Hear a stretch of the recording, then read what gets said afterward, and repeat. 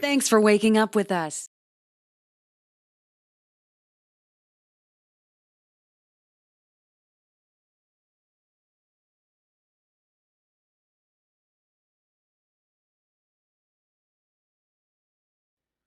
How you doing, everybody? Welcome back to Stand Focused for Jesus. Hope each and every one of you are having a blessed day in the Lord Jesus Christ as always.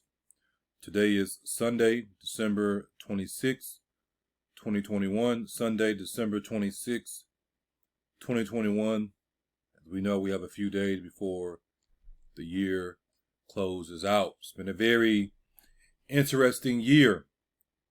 I want you to thank the Lord Jesus Christ. Thank the Messiah right now that you've been blessed to make it through this year. Well, at least I should say make it this far. Let us be thankful. Let us reflect on how we spent our time from this date going all the way back to January 1st. And if the Lord blesses us to come into the new year, let's do better. Let's go even harder for the Lord Jesus Christ in 2022. Because as the years go by, as the days go by, we get closer and closer in the opportunities that we have. They're going to become smaller. The opportunities are there, but once that window closes, it's time to go, then it is what it is. Also, let's also reflect on those who have passed away in this year. The true believers in Christ that have passed away to go on to be with the Lord. They too are blessed. Some will even probably make the argument that they are more blessed than us.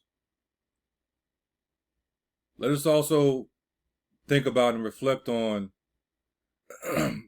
those who were not saved that we know passed away. And we know where they ended up at.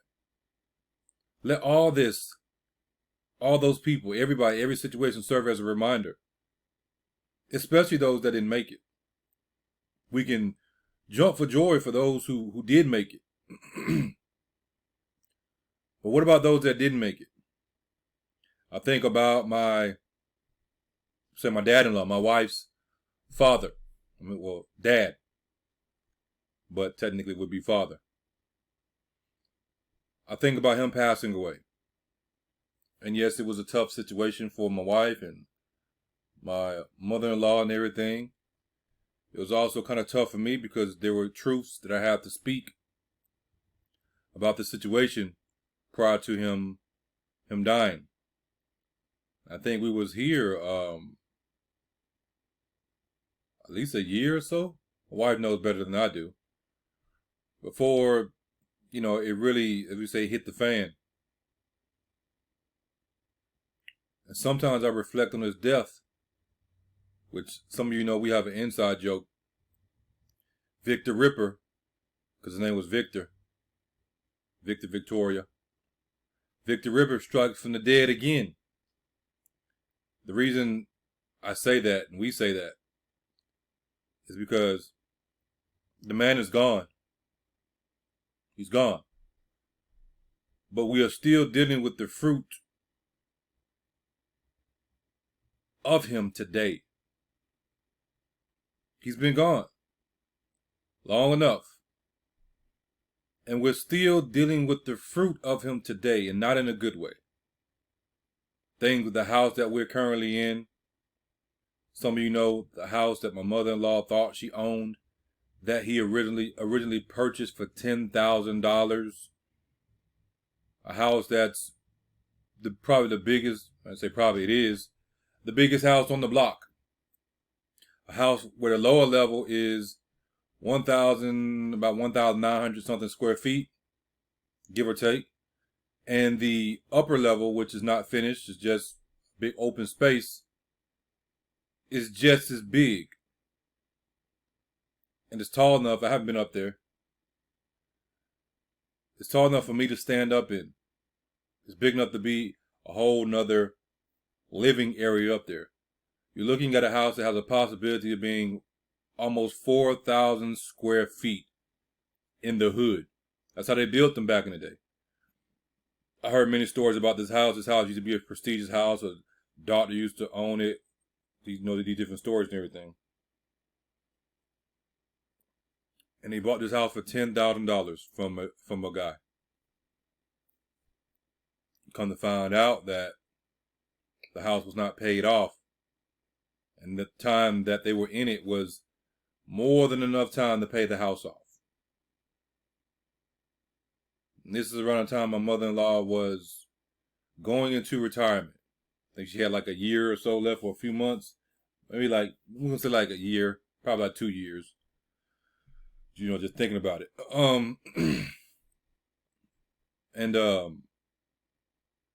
Yeah, found out that she did not own it, was not paid off.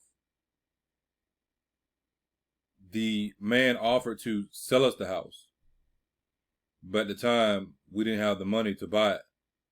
He wanted $5,000 down, and then we would have kept the payments up. My mother-in-law did have the money, but if she would have gave that money, that's pretty much all she would have had. And things were already rough at the time in regards to finances and stuff like that. You may say, well, you should have went on and jumped on it because you said you were probably going to try to buy the house anyway, so you're paying more money. Well, my mother-in-law is also invested in the property that we've been working on.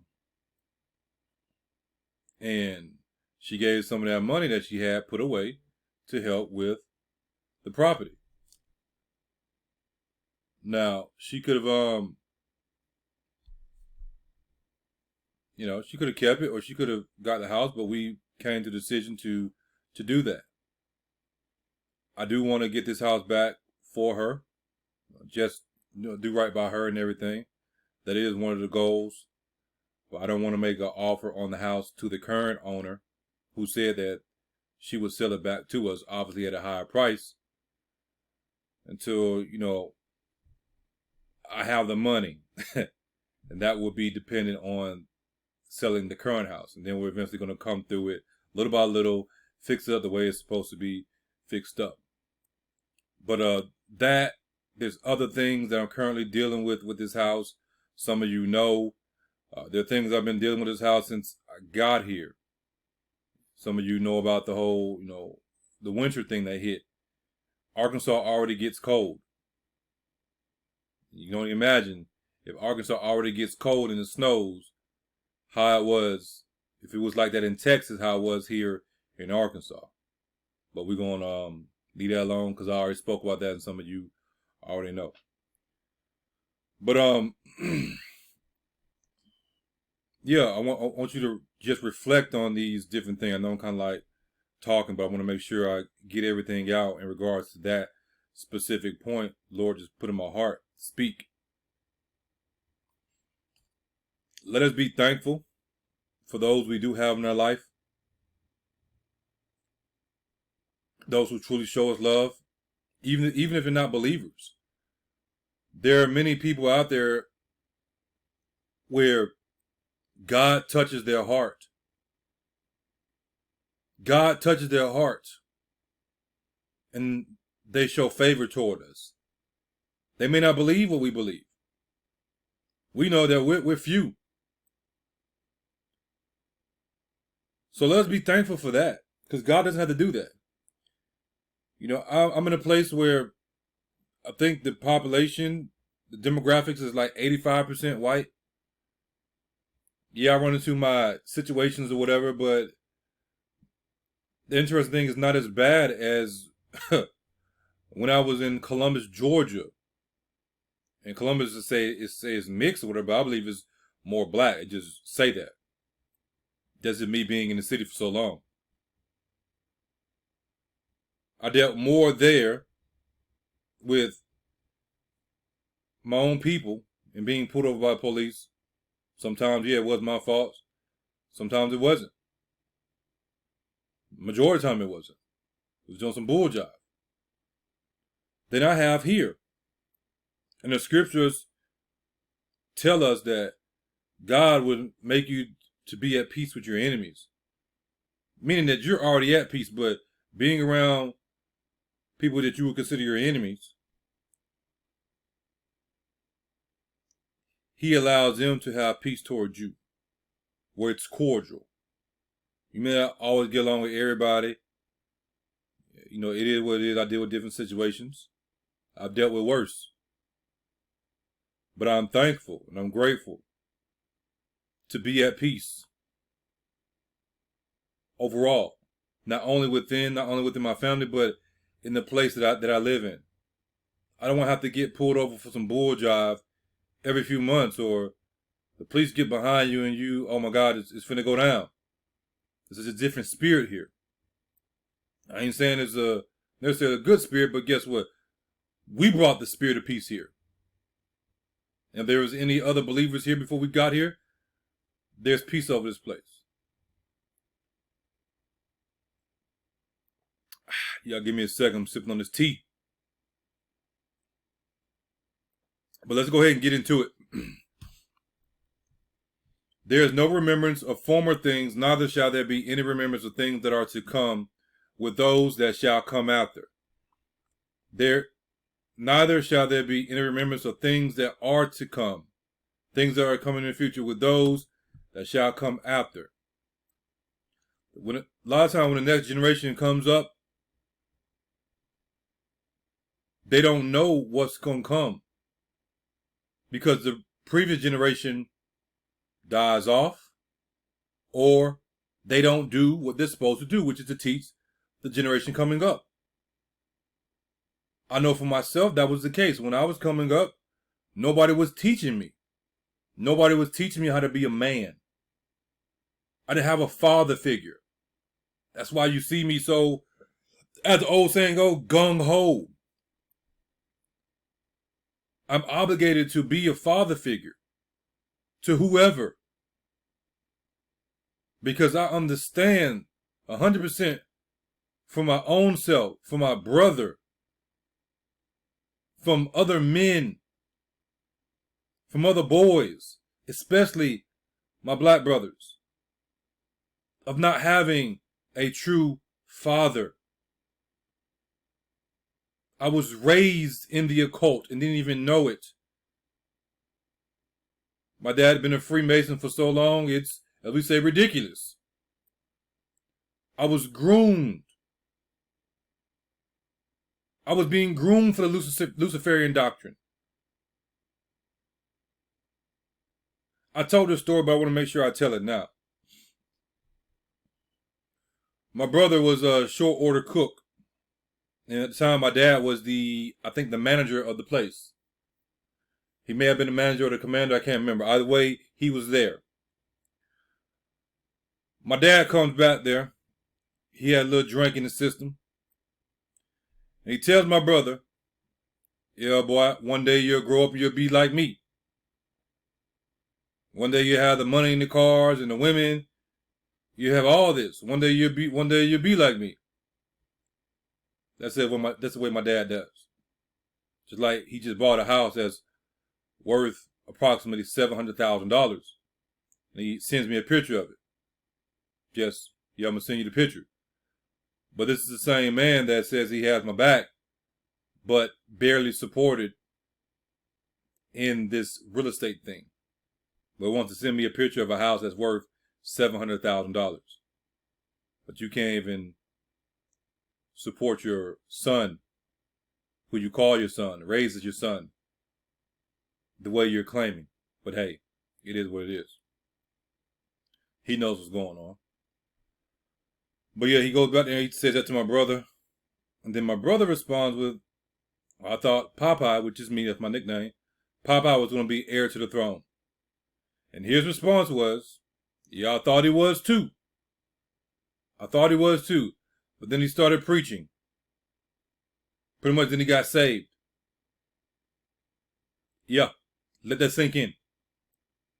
My dad thought I was going to be the heir to his Luciferian throne. But then I got saved. Therefore, if he thought I was going to be the heir to his throne, his kingdom that Satan had given him and has given him, he's getting more and more. Remember the word says that Satan gives good gifts to his children. If that's the case, that means he was grooming me to be able to take over the throne and be even more powerful than he was. That's the way it's supposed to go. When I had the conversation with my brother, I'm like, "Do you realize what he just said?" My brother thought about it, and it sunk in.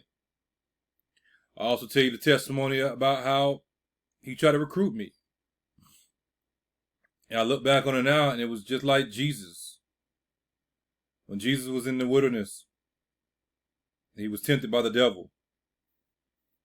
I was tempted by the devil also, and my dad came to me and said, "You ready?" I was like, "Ready for what?" "You ready? You ready? You know, you ready to become a Freemason? You see everything I got. You have this, you have that, you have all these things. If you bow down and worship me, or worship who I serve." That's pretty much what he was saying. And I rejected it. No, I'm straight. No, I'm straight. And you know why? I was either a newborn babe in Christ. I was fresh out the womb, or I was just about to come into salvation. I can't remember, but you get the point. You know the reason why I declined his offer? The number one reason that came to my mind? This is going to sound crazy to you probably, but everything happens for a reason. And God can take something that's bad and use it to our good, use it to our advantage. The reason that I rejected, the number one reason that I rejected becoming a Freemason, and because of taking up his offer with all these things he was offering, was because I had went to jail before. And in my mind, I'm thinking, you're not offering me nothing that, yeah, I was saved. I'm thinking about it now. I was saved, but I was, let's say, wet behind the ears. You're not offering me nothing that I can't get for myself. I just felt like it wasn't a good deal. I'm like, you're offering me money. I can get money. If I'm smart enough to make and sell counterfeit money and want to launder the money to do legit businesses, then I'm capable of making legit money. I already knew what I was capable of anyway, with the ideas and everything that I had and have. You talking about the women and everything? I can get women. I was getting women. Getting women wasn't a problem. When you walk with that confidence, and at the time, you know, I would say at my prime of my age, it wasn't an issue getting women. Like I told you, I've been with all type of women, from the chick next door to the chick in high school that everybody wanna hit. I was a quiet dude in high school, and I had one of the, at the time, I think I was like in the 10th, 11th, when I started like really talking to females like that. I didn't talk to females when I first got in high school, which most dudes don't, but I'm reserved. I keep to myself. But as I got up there, and I was still quiet, like in the 10th, 11th, 12th grade. 12th grade when I really showed out. When I was coming out my, as we say, shell. But I was still quiet. I had some bad women in high school. They were like, "Hey, you dating so-and-so?" Even though I wasn't popular, I was still cool in my own right. I had the biggest afro in high school. Everybody knew me because of my afro and the way that I dressed. I was fresh. Little did they know that I was staying fresh because of the money I was getting from doing illegal stuff. I had stuff they had never seen. This is the time when 3 6 Mafia was jumping. I used to have the spinner chain. I was the first one that had the spinner chain. I was ordering that stuff offline. Nobody didn't know about it. I was in that digital age. That's why it's going to say near and dear to my heart in regards to Bible prophecy. I understand it because I was raised in it. But yeah, in high school, I had chicks that still today drop dead gorgeous, we're going to say. After the fact, I've been with models that have been in magazines, music videos, talking about like videos with Jay-Z, and some big name people. So getting the women wasn't an issue for me. He wasn't offering me nothing that I was like, yeah, and then, the Lord.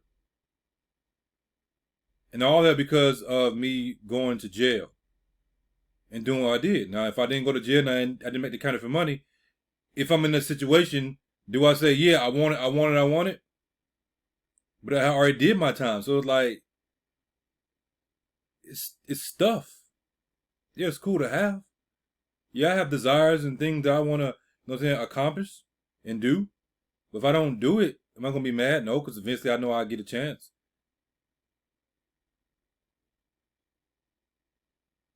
It's crazy, huh? How everything ties together. And that's part of the reason of what drives me. I didn't have the right guidance growing up. Because the prior generation, my parents, they weren't teaching me. They were not teaching me. And most people today, they're not being taught. And I'm obligated because of the position that I'm in to teach these things, to be an example for those who didn't have before, yet they're still alive, and the future generation that's to come. Then it goes on and says, I, the preacher, was king over Israel and Jerusalem. And I gave my heart to seek and search out by wisdom concerning all things that are done under heaven. This sore travail hath God given to the sons of man to be exercised therewith. I have seen all the works that are done under the sun, and behold, all is vanity and vexation of spirit. Remember, he was king. He not only had the power, but he had the resource, he had the money to do whatever his heart desired, to search out and seek all this wisdom concerning everything at the particular point in time in his life. And he came back and he realized that, hey, it's all vanity and vexation of spirit. Eventually, it's gonna vex you.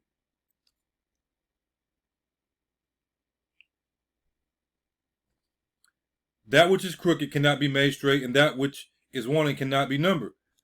Our flesh is always going to be wanting something. Our flesh is always going to be wanting something. What's crooked is crooked, cannot be made straight. No matter how much good you want to do, the world is the way it is until Christ comes back and makes everything straight the way it's supposed to be. This is what I get from the scripture right now. You can take a piece of metal that's bent and make it straight. What about the wicked and crooked people? Which makes everything vanity because they're going to come in and destroy it. I commune with my own heart, saying, Lo, I am come to great estate, and have gotten more wisdom than all they that have been before me in Jerusalem. Yea, my heart had great experience of wisdom and knowledge. So not only did he gain it, but he was able to experience it. He was able to apply it and understand it on that level. And I gave my heart to know wisdom and to know madness and folly. He did stuff that he shouldn't have been doing. And he gained experience from that. I perceive that this also is vexation of spirit. What? To know the madness and folly, yet have that wisdom. Then we says right here, for in much wisdom is much grief, and he that increaseth knowledge increaseth sorrow. This is one of my favorite scriptures in the Bible. Y'all know I'm weird, huh? You're absolutely right, I am. I absolutely am. For much wisdom is much grief, and he that increaseth knowledge increaseth sorrow. You know, I deal with that, like, I don't know how many times I deal with it a week, but enough. I deal with it enough times a week. I come across something. I'm like, okay, this is interesting. And then I start to study it out. And then that leads to something as I make a note of it. And that leads to something I make a note of it. But you come across information, majority of the time, wisdom. And when you really realize what's going on, the deeper you get into that wisdom, the deeper you get into that knowledge, your sorrow is increased. If I didn't have the Lord Jesus Christ, I would be depressed. I would be suicidal. Because of the things that I know. I don't share everything that I study and I come across. I can't. What I do is I share what I do have. What I have time to do and what the Lord puts in my heart to share. And this is one of those sermons where I came across something and it increased my knowledge. I'm like, okay, this is interesting. But when I came to the realization of the lie that was told on top of all the rest of the lies that have been told, it increased my sorrow because of the world that we live in and how wicked it is.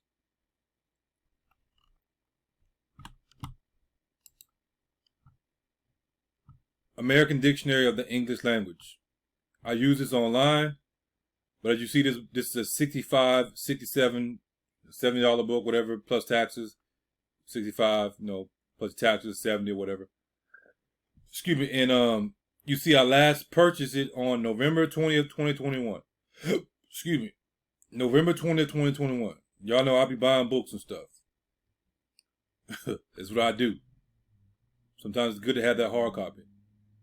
And I flip through books like this. I get in, I flip through it, and I sit there and I just read. I read and I read and I read and I read. As I always tell you, each word contains its own wisdom. And when you take that word and you dissect it, you break it down, you're going to get the wisdom of that word. You're gonna go into a whole other world. Kind of the same thing they were doing with CERN. They're breaking down the smallest of the particles, and they're seeing that, oh my God, there's another level of laws of physics that we have access to that's going to change the world. Or the same thing with us. Oh my God, there's another level of wisdom to this that's going to enlighten us even more and change our world. Change our perspective in a good way, meaning it's going to grow our perspective, where we'll see even more. You can see all the way around because you have the knowledge and the wisdom surrounding you, because you understand it. This is where this came from.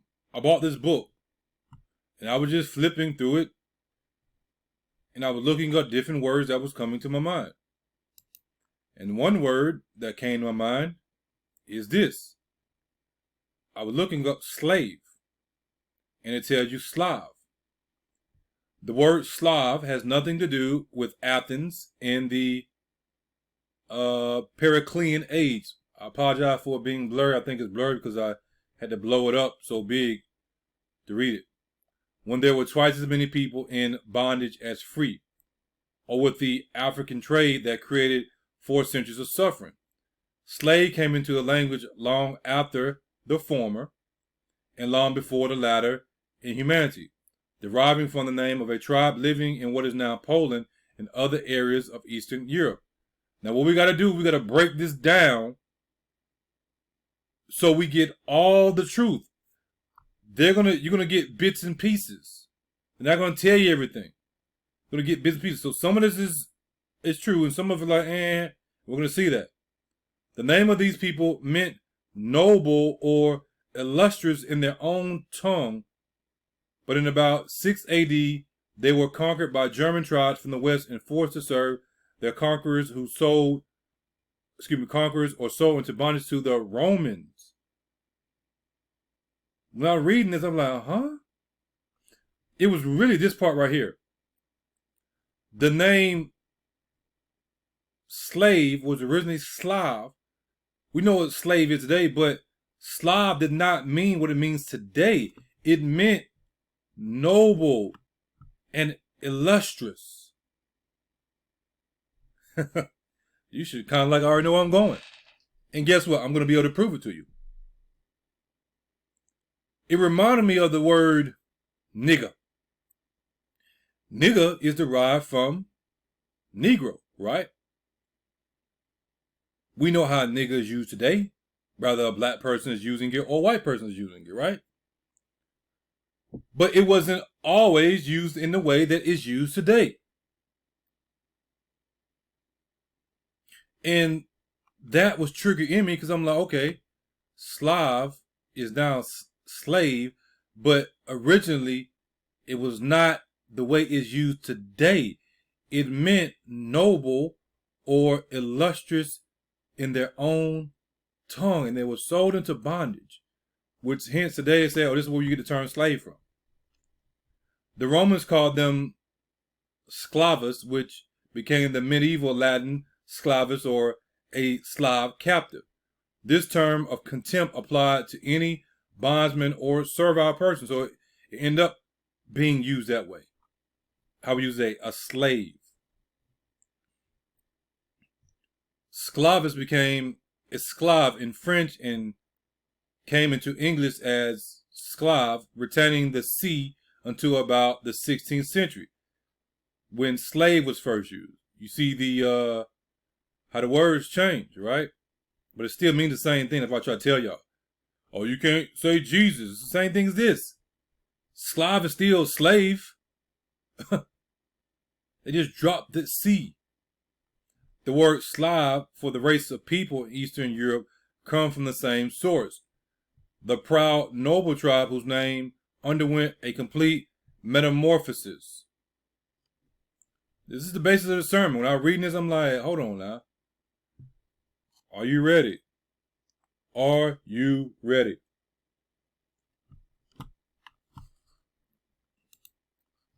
Let me close this out. Then we're going to need this again. Okay, it's going to kind of like tell the same thing, but I'm going to go even deeper. I told you, you want to get all the bits and pieces. Understanding the smaller pieces is going to help you understand the greater picture, the greater pieces. It tells you it's probably related to Slavo, which is word or speech, which suggests the name originally identified a member of a speech community, a noble, illustrious people of words, people of speech. Then it says it could be related to Nemu. Nemu was dumb or foreign, literally of a different voice. So to them, they would have been like, oh, these dumb people, because we don't understand. We don't understand them. We don't understand their ways. We don't understand their customs. We don't understand their laws. We don't understand their speech. But they are a magnificent people. They are a noble people. Not just what this definition is saying, but what some actual historical accounts are going to tell you. A foreign people, literally of a different voice.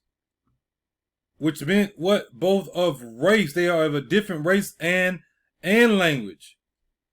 So the name is not only applying to the language they spoke, this noble language, this illustrious language, this noble and illustrious word or speech, but the race that they are. Interesting. We see the same thing in the scriptures.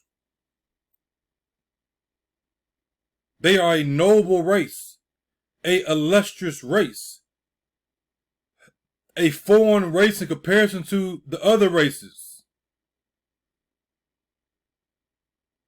They're different from everybody else. This guy right here is Max Vosmer, the authority for Slavic etymologies, rejects a connection to Slava, which is glory or fame. I don't know why he does that, because it makes perfect sense. If they are a noble and a illustrious people, then they would be a glorious people, a famous people. Just because it's not Slovo doesn't mean that this word is not connected to it. But, you know, I'm being led by the Spirit. He's being led by whatever he's being led by. That's why you always have to be led by the Spirit, no matter if this dude is this so-called authority. Christ has more power than he has. And he goes on to say, which, however, influence Slavia folk etymology. This is the Slav and personal names. Literally, peaceful fame, vengeful fame, fameful fury, God's glory. So God's glorious race, God's glorious language, God's glorious words of speech, God's glorious words, speech that he gave to this noble and illustrious race that became slaves. But remember, Slav did not always mean slave. Having greater glory. What nation of people would have a greater glory? Uh-oh, spaghetti-o. We've been lied to. Oh, here you go again. Well, no, here they go again. Why did they lie about this? Yes, I'm going to prove to you that the Slavic people were black, the original. They're going to tell you. You know I got the receipts. It comes from the root of what? To hear. To hear what? To hear God's word. A noble and illustrious, a noble, glorious, famous race of people with a distinct language that heard the word of God. Because God's language is a distinct language, is a distinct word, is a distinct speech. Very, very interesting. See if I'll give you some of the surnames. Interesting because they're surnames. And in the context right here, it means to take revenge.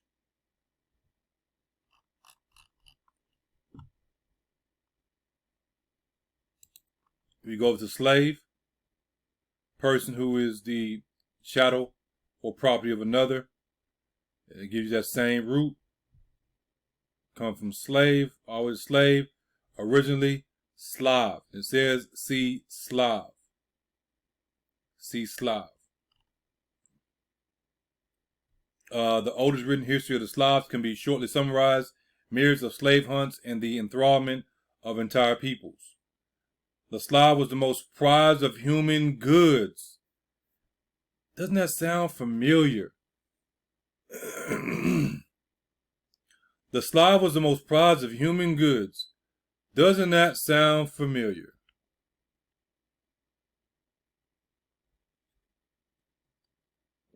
Who in the Bible is the most prized of human goods? The Hebrews.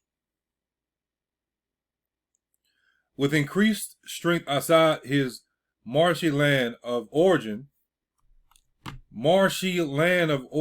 some of you remember that. When you start digging into the term black, and you come up with terms where it speaks about black people and the people of the marsh, the dark land of the dirt. Hardened to the utmost against all privation, industrious, content with little, good humor, and cheerful, he filled the slave markets of Europe, Asia, and Africa. How could it have been white people? When what we call white people were a minority even back then. It must be remembered that every Slavonic slave who reached his destination, at least 10 succumbed to inhuman treatment during transport into the heat of the climate. Indeed, Ibrahim himself, in all probability, a slave dealer, says, and the Slavs cannot travel to Lombardy on account of the heat, which is fatal to them, hence their high price. Now, a person would make the argument, well, there's not black folks because, black folks can handle heat. Man, heat is heat. If you ain't got no energy to deal with the heat because the conditions you're in, then guess what? You can't handle it. It's simple as that. If you don't have the proper nutrition, then it's gonna happen to you. You're gonna die off. We see the same thing with our ancestors that did come over on slave ships. I ain't saying that all of our ancestors came over on slave ships, but a high number of them did. The conditions were terrible. And then the other evidence you're gonna see is gonna prove the point that these are what we call black people. I want to make sure I say that, because somebody will, oh, these ain't black people because it's one point, and they'll throw everything else out. And then I want to go over here just to make this connection. Nigger, nigger, negro, right? Now, these are your modern day Slavic people. We're going to compare one thing to another. That's all we're really going to do. We're going to compare what we have been told to something else. And you decide what is true. These are pretty much typically what we would call white people. This one right here, she is very, very white. I would say she is white of the white. What I say is she's white. Obviously, right? This woman is white. It's not an issue of, oh, she's mixed or any other thing. She is white.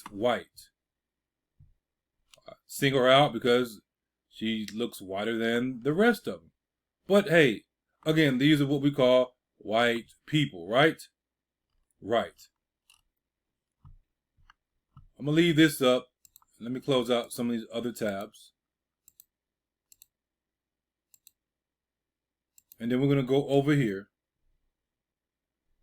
Procopius of Caesarea was a prominent late antique Greek scholar from Caesarea Maritima.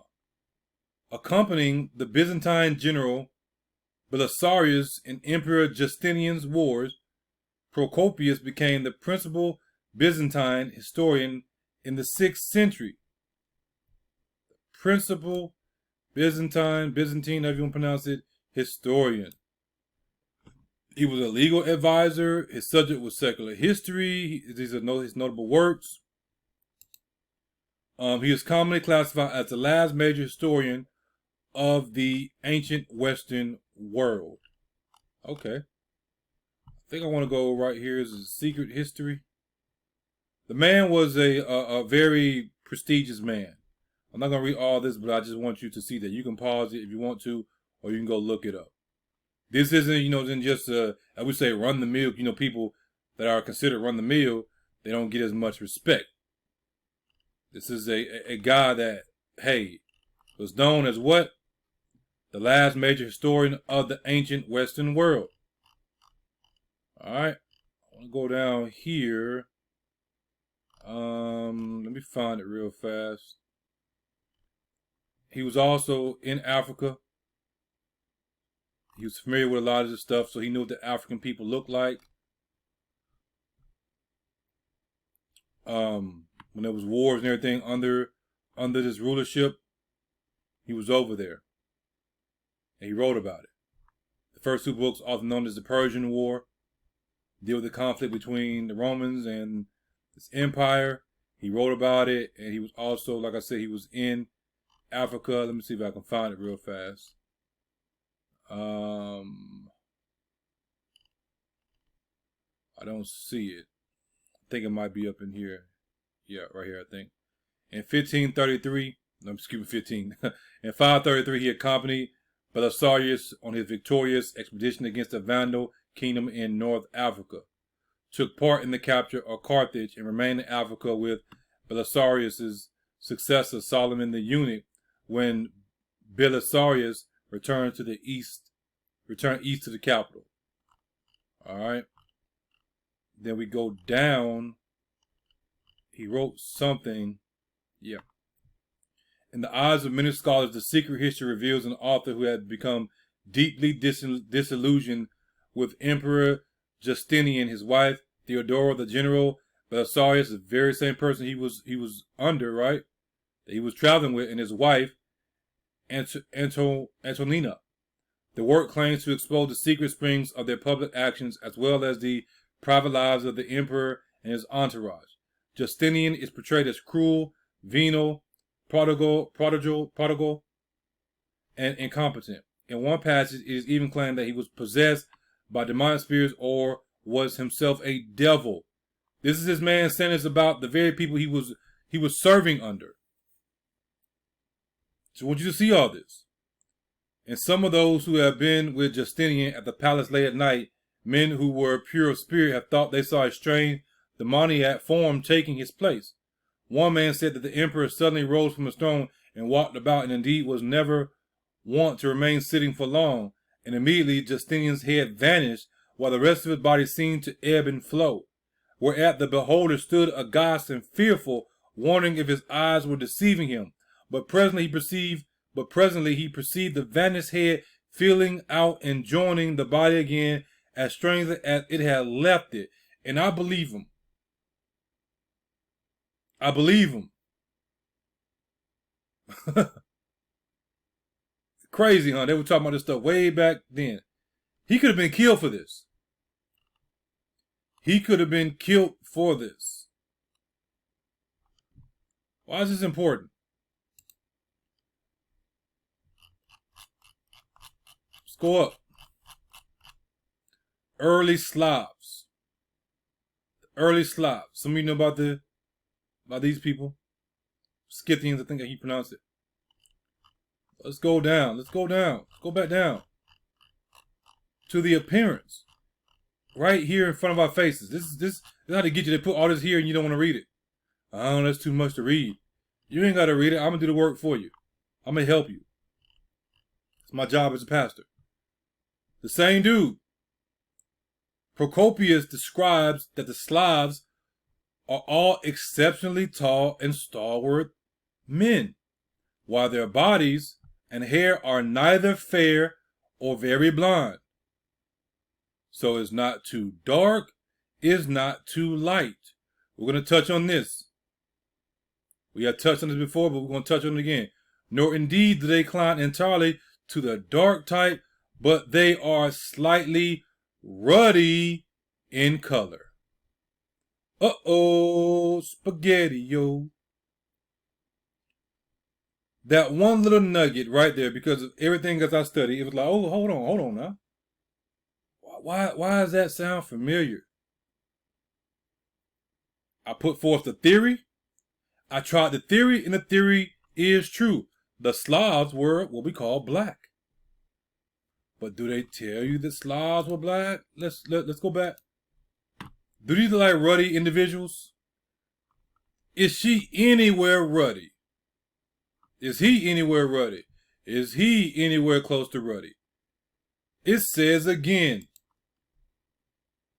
Don't get mad at me. Go get mad at Procopius. Go call him a liar.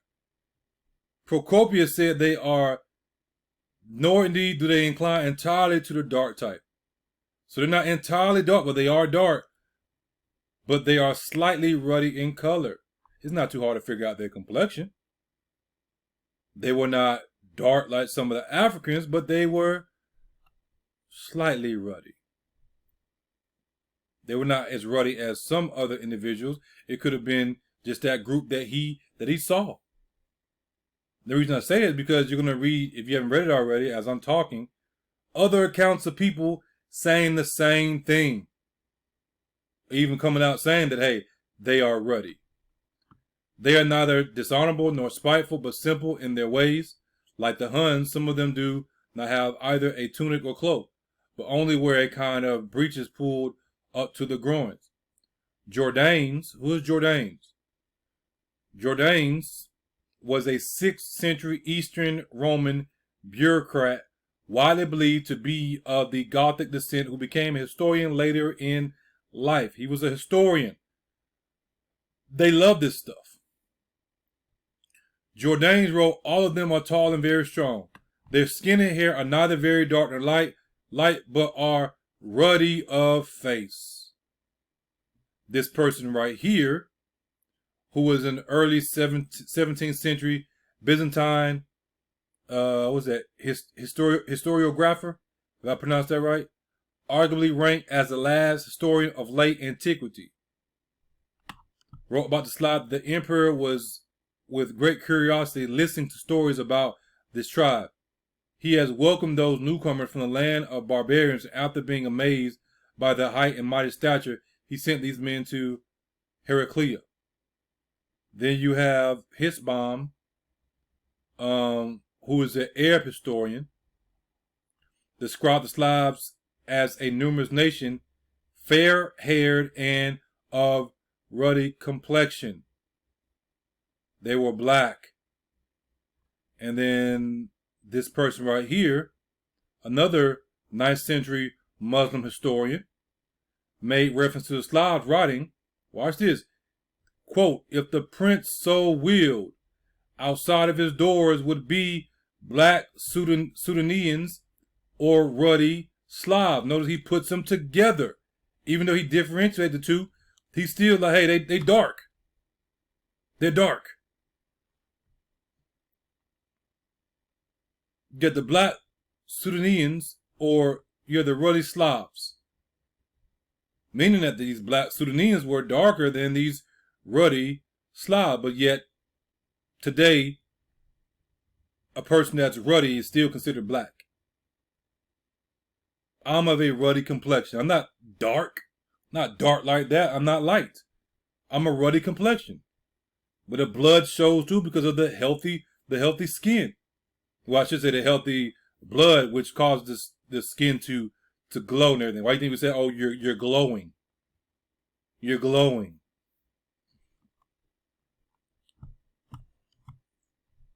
How many of you knew this? Some of you? A few of us? With much sorrow, with much knowledge comes much sorrow. Another lie that's been told. They tell us that, hey, these are the Slavic people. These are the modern day Slavs. But that's not what history is showing us and telling us.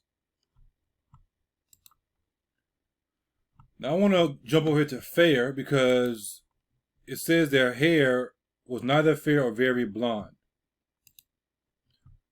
For whatever reason, people just think when you say fair, it's talking about white skin. Oh my God. Fair, it can mean clear, free from spots, free from a dark hue, white as fair skin, a fair complexion, hence beautiful, handsome, probably having a handsome face. It all depends on the context. And white is not a race. It's a descriptive term to compare to something else. Free from dark hue. Hey, it's not dark. It's what we call dark. It's not black. It's white. Doesn't mean white like this styrofoam cup I have in front of me. Thou art a fair woman to look upon. That's the Bible. Is it talking about a white woman? Is it talking about a black woman specifically? Yeah, we can break down the scriptures and see who it's talking about specifically, but that's not the context of it. The context of she's a fair woman. She's a beautiful woman. She has a beautiful complexion. That's the context of how it was used, not the way it's used today. Because today, fair, you say fair, oh, fair skin is white skin. For most people. Pleasing to the eye, handsome or beautiful in general. Thus was be fair in its greatness, in the length of its branches. Clear, pure, free from feculence or extraneous material, as fair water, clear, not cloudy or overcast, favorable, prosperous. It goes on and on and on. All depends on the context. A handsome female, the fair, the female sex. Like, come on, man. Come on, huh? Blonde. Because it mentioned that the hair was neither fair or very blonde. It wasn't super light. It wasn't also the blonde color. It was in between. Right? It was in between. So it wasn't light, it wasn't dark. It was mixed. Blonde or fair hair. Also blonde is a hair color characterized by low levels of the dark pigment eumelanin. The resultant visible hue depends on various factors, but always has some yellowish color. The color can be from the very pale blonde caused by patchy, scarce distribution of pigment to reddish strawberry blonde or golden, brownish, sandy blonde colors. The latter with more eumelanin. What is eumelanin? It comes from melanin. They give you your eye color and all these different things, skin color. They tell you, oh, typical blonde. This is how they're going to associate things right here.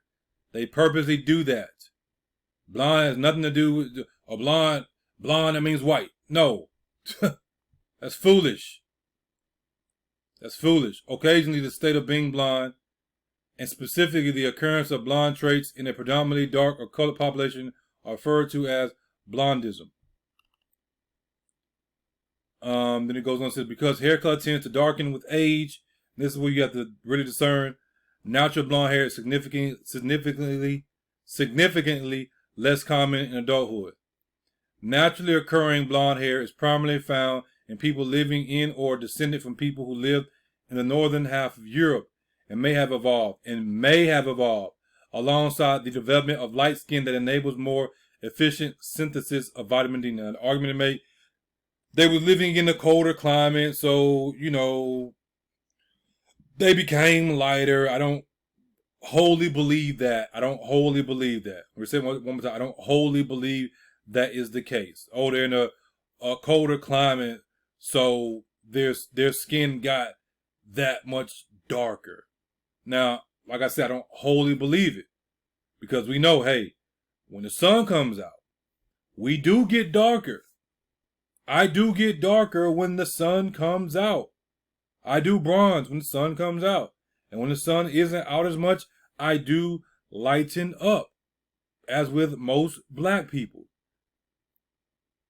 Now, to make the argument that if I stay in this environment for all the time, would I get super duper light, whereas white, well, something else is going on, because that means there's a mutation in the DNA. For my children to come out like that, which means there's a deficiency of something.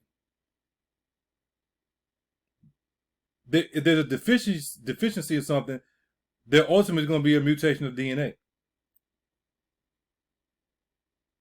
That's why I say I don't completely believe that's the case. I believe there's some other factors. Talks about the different people, Berbers, everything. It tells you in Western culture, blonde hair has been long associated with female beauty. They did that purposely. Aphrodite, the Greek goddess of love and beauty, was described as having blonde hair. In ancient Greece and Rome, blonde hair was frequently associated with prostitutes who dyed their hair using saffron dyes in order to attract customers. The Greek stereotype Thracians and slaves as blonde, and enslaved, they said the slaves, they were blonde. And the Romans associated blondness with the Celts, and the Germans to the north, the Celts. Interesting. Celts. That's my people right there. The original Celts. who trace all the way back to the Hebrews. Kelson, son of Kel. McNeil, son of Neil. I have double surname. Then McNeil was changed to King. My middle name is Delta, or Delta, the door. The son of Kel went through the door, who is Christ, to the king to become a king, which is why my name was changed, the same as Jacob's name was changed, and many others in the scriptures. God knows what he's doing. So it just talks a little bit more about blonde hair. They said that Virgin Mary had blonde hair. Go down here and it breaks it down a little bit more. See how they always try to associate blonde means white. They do that purposely. Just like for most people, you think about Christ, they think about white Christ. You say black Christ, they're ready to string you up and lynch you. The word blonde is first documented in English in 1481 and derived from Old French blonde or blanc, meaning a color midway between golden and light chestnut. Why I said we got to get all this and put it together.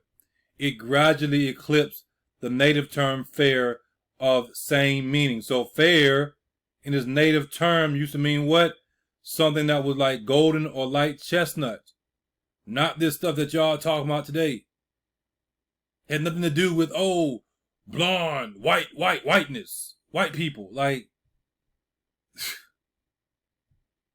it says of the same meaning, Old English, how do you pronounce that? Causing fair later to become a general term for light complexioned. Historically, fair skin means light complexion. In that context, didn't mean that a person was white the way we describe it. They could have been white, but again, white was not used as a term to describe a white race of people. It was a descriptive term in comparison to the darker people. And this is basic. We breaking down some lies today that we've been told. These folk lying to you. There's no such thing as white people. Everybody is technically black. That's why you see God group people into tribes and nations. Something happened and we know what happened. And then these group of people, they stayed amongst each other. So all you gotta do is trace it back and find out what lineage they come from, which we have done that. Remember, if God is capable of preserving the 144,000 in the book of Revelation, chapter 7, which hasn't happened yet, then you tell me that he don't know who is who? Everybody else? After all the mixing and everything, you're telling me that we still have 144,000 that are preserved from each tribe of Israel, that God knows that they are this tribe. But no, we don't know where white skin and all these different things come from. God don't know, huh? Man, stop it. Stop it. Stop it. Then it goes on and says, this earlier use of fair survives in the proper name Fairfax, from Old English meaning blonde hair. It was in the name. We always do that. The name always describes a person. And sometimes the name changes. Let me add this, because I told y'all this before. People actually think, in this lie have been told, that the names that we have today are slave names. They're slave names given from the slave masters. That is simply not true in entirety. For one, you have two different settlements. You have the settlement, the 13 colonies that we have today, but you had colonies that were here before that came from the same place. That's the first thing. In many of these earlier colonies, they were black. Many of your earlier slave holders in America, they were black. Many of your early people that came over here from Europe and different places, they were black. And they came over with wealth. And they end up losing it. Y'all gotta go study these things out. There was different reasons why black people had slaves. It could have been that, hey, they had to serve their sentence. We see that in the Old Testament. Just because a person is black don't mean they ain't supposed to have no slave. That's foolish. If your sentence is to serve your sentence as a slave, then guess what? You're going to serve your sentence. Again, is that not in the Old Testament? You have to serve your sentence. And when you, for most part, the way you want it is to be in captivity of somebody that looks like you. Right? That's typically how it goes. When you go to jail, most people click up with people who look like them. It's not nothing racist. It's just human nature. When we fled out of Africa, where did we go? We went to Egypt. When Jesus was hid, where did he go hide at? He went and hid in Egypt because it was the easiest place to get to, and that's what we were familiar with. They were and we were familiar with. And it was a fulfillment of Bible prophecy.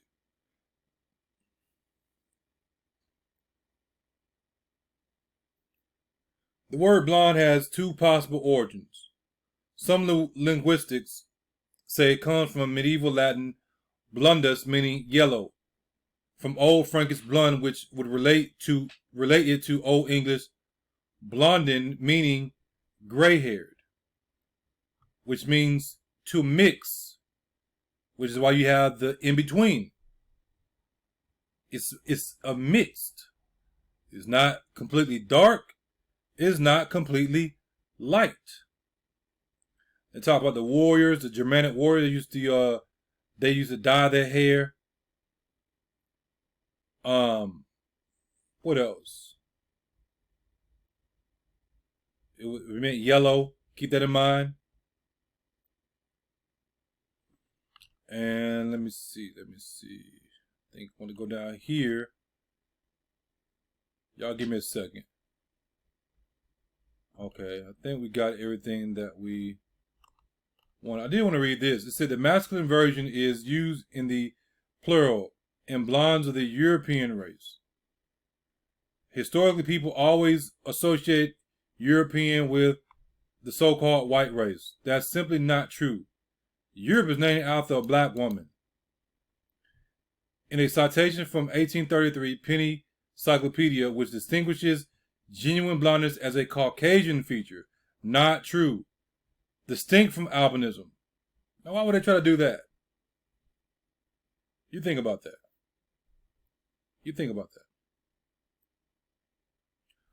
By the early 1990s, blonde moment or being a dumb blonde had come into common parlance to mean an instance of a person, especially a woman, being foolish or scatterbrained. Another hair color word of French origin, brunette, from the same Germanic root that gave brown functions in the same way in Orthodox English. There's a connection with brunette and blonde. Remember that 10-hour sermon I did? We covered a lot of this, didn't we? I know some of you didn't watch it because it was too long, even though you could pause it and break it down in pieces, but hey. And then you're wondering like, oh, what is he talking about? This is all new to me. Some of you may not know about that video. But I've mentioned it many times. The longest video I've done in the history of my ministry. The OED gives brunette as meaning dark complexion or a dark complexion person. They're telling you there's a connection with blonde. Blonde. Then it goes on, it says, the present contrast of blondes and brunettes exists among them. Brunette can be used, however, like blonde to describe a mixed gender populace. It's telling you the same thing. Saying the same thing. They're considering them mixed. Doesn't necessarily mean they're mixed. Doesn't necessarily mean that. But it's crazy that we associate mixed with a black person and a white person, but that's not how the Bible defines it. If you have a Hamite and a Shemite, that's mixed. That's mixed according to the scriptures. Now you remember it told us, let's say reddish, strawberry, blonde, or golden, brownish, sandy. All we gotta do is look it up. These are different colors of reddish, strawberry, blonde, or golden, brownish. Huh. Looks kind of familiar. They have the blonde looking hair, and the ruddy complexion. Which one is more ruddy? Right here or right here? You tell me. But these are different examples of that hair that most people associate with white people. Which is why when you look it up, most of them come up as white people. But which one fits the description better? Of a person that has blonde hair that's neither dark nor light, in between this brownish color, and ruddy skin. This woman or this woman? This woman or this woman? This woman or this woman? You tell me. Which one more so fits? Let's close out some of these tabs. We'll keep that one up just in case. We have Beyonce with the blonde hair. Which one fits? Beyonce is known for this hair. Rather than saying it's weave or not. Ruddy skin.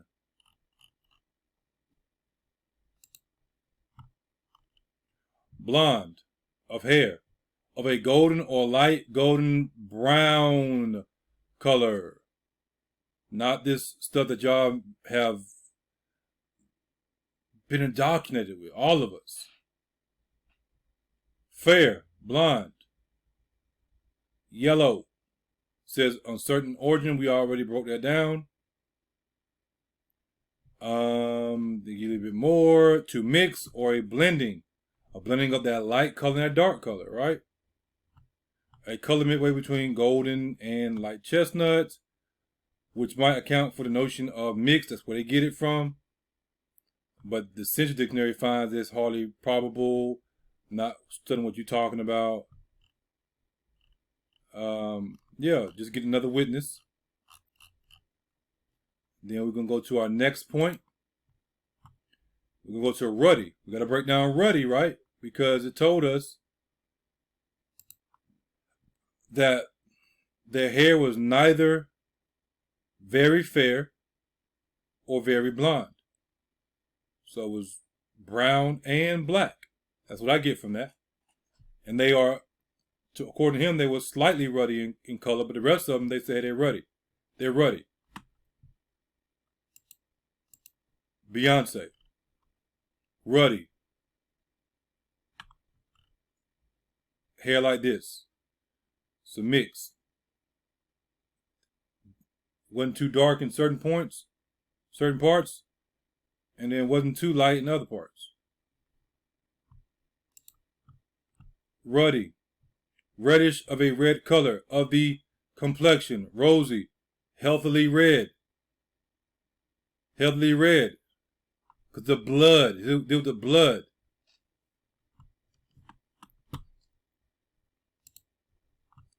Ruddy from the Webster's Dictionary, of a red color, of a lively flesh color, of a healthy flesh, because the skin will glow. Of the color of the human skin in high health. This is what ruddy means. Causes the skin to glow. It looks more red because of the red clay. Thus we say ruddy cheeks, ruddy lips, or a ruddy face or skin, a ruddy youth, ruddy fruit, but the word is chiefly applied to the human skin of a what? Bright yellow color, as ruddy gold. They say that's unusual, but it's still there. Most of the time, this is the context it's going to be used in. Not this foolishness that y'all are talking about. These are ruddy animals. It looks like a healthy animal. Skin is glowing, looks luscious. Feathers look luscious, look beautiful. Right? Ruddy dog. Y'all remember we already discussed all this. What color is it? It's different shades of brown. Look at that. The ruddy heifer. Look at that's beautiful. Make you want, you know what I'm saying, offer a sacrifice to the Lord and have some burgers. I'm just saying. Ruddy. The ruddy duck. Ruddy. All these ruddy animals. They go on and on and on and on and on. Tell me when you want me to stop. Want me to stop? Ruddy cat. Ruddy male Abyssinian cat. What color's the cat, y'all? Come on. But we making stuff up though. Ruddy. The animals were made from the same dirt that we was made from. So this is ruddy according to the animal, but it's not ruddy according to us? No, that's ruddy right there. Without his flesh. Come on, man. Come on, man. You go look up man, and you get Strong's number H120. When God made man from the dirt, right? Perhaps so-called from the idea of redness. The Arabs distinguish two races of men. One red ruddy, which we call white, the other black. Did you catch that? The Arabs distinguish two races of men. The Arabs say, okay, there's the ruddy race, who are this brown color, right? Different shades of brown. And then you have this other race that's black. They're dark. They're dark. Let me see if I can, just for argument's sake, type in dark-skinned African.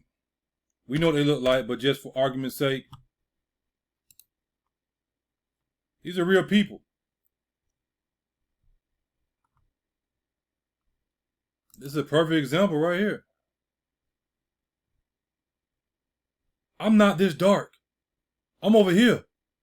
So the Arabs say, yeah, we got the black people, and then we got the ruddy people. Different shades of black. This is a black man. Obviously, you can see, we call it Chinese, but you better go study Chinese out. But this is a black man. Black man. Black woman. What we call black.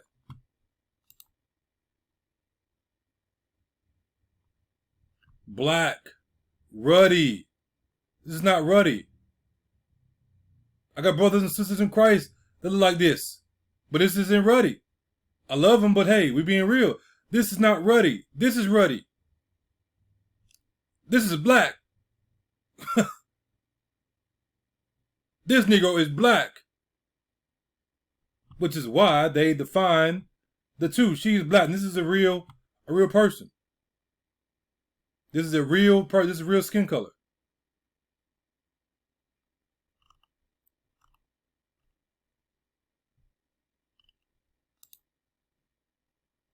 Another perfect example. Ruddy, and she got makeup on. Well, both of them got makeup, but you can still tell they're dark. Ruddy and super dark. Yeah, they still got black hair. And you can see when the light hits it, you can see some of the brown. The brown in there. I see it right there.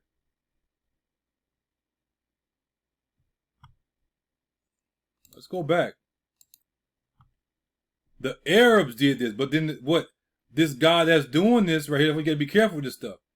He said, which we call white. They call the ruddy race the white race. They call the ruddy race the white race. I'm going to say that one more time. They called the ruddy race the white race, but they were not describing them as like the white race like we know today. It was in comparison to the other black race that was darker. I'm going to hypothesize something for you. Which makes more sense? Both of them are possible. That so-called white people descend from these darker people.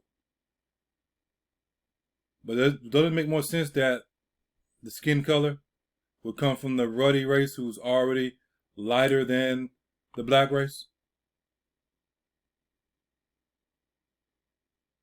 And then if it got lighter, then what would happen if they continue to mingle? They mingle with other tribes and everything, which we know happened. And then you factor in some of the other things that we know about in regard to genetic mutation and stuff like that. We know Adam was ruddy. He wasn't black, like we just seen some of those individuals. Adam was ruddy. Adam was ruddy. So you got, I'm going to say you got two extremes. Because I don't believe, I believe that Ham's lineage, they were dark.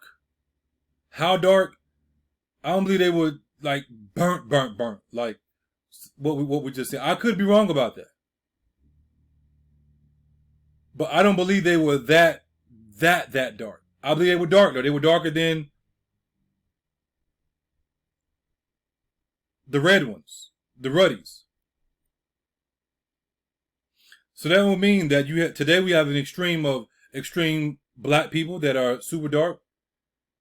And then we have an extreme of white people who are super white.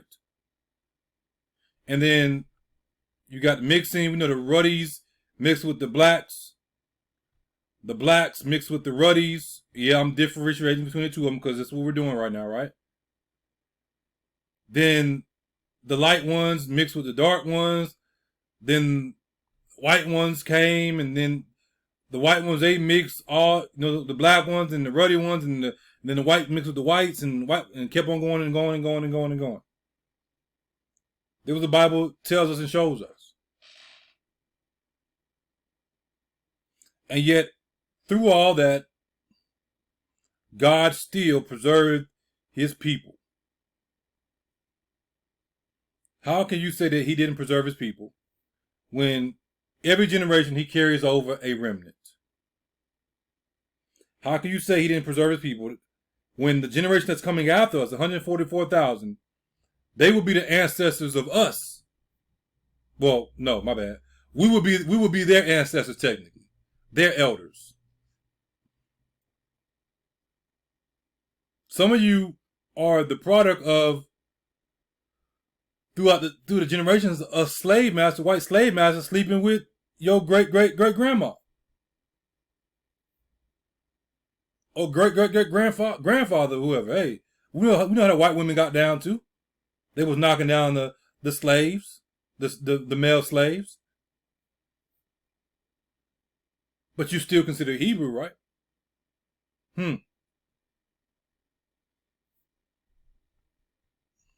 We're gonna be honest, right? We jump over here, and this is another Strong's. It says, I think this is the root H119. We were just looking at H120. Now we're looking at H119, which is the root of what we were just reading. And it tells us to be red, ruddy, to be what? Fair, handsome. That's why we want to look at that. And then tell you the scriptures found in their princes were whiter than milk. Their body was more ruddy than coral. Whiteness and ruddiness belong to the description of youthful beauty. Hence, it is a mistake to apply the word in this place as meaning clear whiteness. They're telling you. Historically, it had nothing to do with, oh, this white race of people. It was used to describe a people that were ruddy. And the whiteness was describing a youthful beauty. They were fair, they were beautiful. The whiteness described their beauty. Not necessarily, oh, their skin color is white. Then, just to be fair, you go down, this guy right here. Let me see if I can get it. Okay. Oh, yeah, right here. As Bockert in this, and Ludolf in comment, although in Latin, this word right here is used of whiteness. They're making a comparison to the two. Like, okay, here is used this way, and here is used that way. It's not too hard to figure out. It says, but those who defended this opinion would hardly have adopted it had they not been rather too desirous to attribute to the signification of pearls. They were trying to attribute it to pearl, but they did not want to adopt this. But those who defended this opinion would hardly have adopted it. They would not have adopted it had they not been too desirous to attribute to the signification of pearls. You see what I'm saying? You get what I'm saying? They did not want to put this in the same sentence. Because to them it didn't make sense. Like, whiteness and ruddiness, like, huh? Now you're starting to get the understanding of how white has metamorphosized today. In the same way they have metamorphosized Christ into being white. But it's simply not true. Christ, yeah. We say black, but that's a generic term. I explained that many times. Christ was ruddy, brown. But they have lumped brown and black people in the same category. I'm not dark chocolate. I'm ruddy. Just like my ancestors. I just wanted to show you that. I know some of it may not have made sense before, but we had to make that connection right there. Now you see the historical usage of it. Not what you've been indoctrinated with. The historical use of it. Now you see how white and ruddy can be in the same sentence. Then we go to the scriptures and it tells us her Nazarites were purer than snow. They were whiter than milk. They were more ruddy in body than rubies. Their polishing was of sapphire. So they were white and ruddy? It doesn't make any sense. When it specifically says they were more ruddy in body. Their physical appearance, their body was more ruddy than rubies. They were very ruddy. They had a deep red complexion that was glowing. It was healthy. As we just saw, it was beautiful. Again, that's what we say. Oh, your skin is glowing. When your skin is glowing, that means most time your skin is healthy. When your skin looks dry, it don't look healthy. I don't care if you black or white. If your skin look dry, it look dry.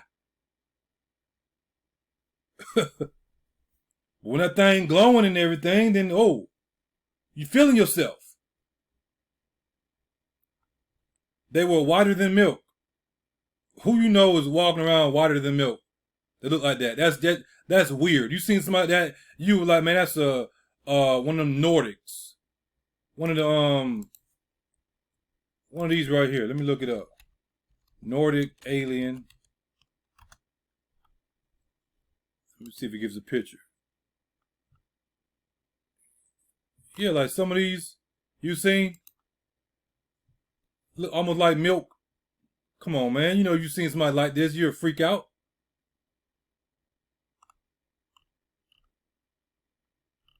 If you seen somebody with skin the color of milk, that as close as you can get to milk, you'll be like, nah, buddy. Nah, buddy. White people don't have no skin that looks like milk. They don't look like no milk. Like, come on.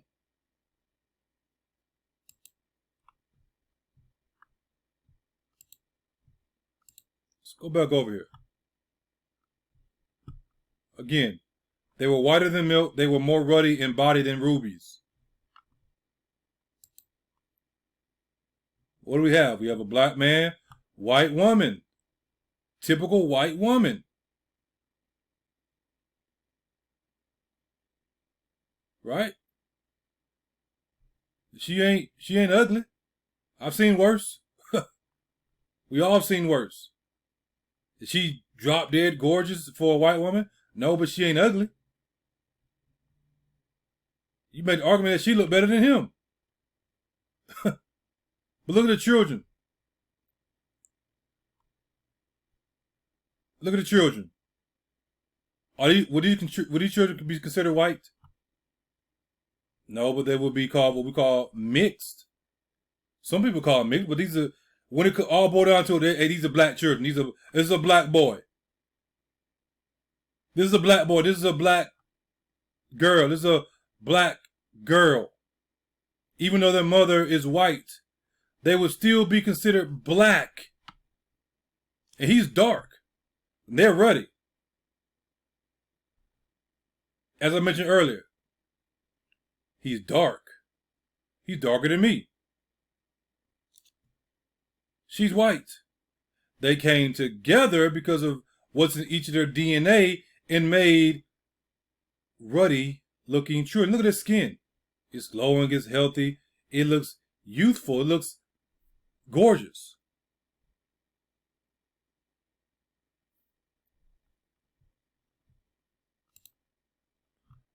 Another couple.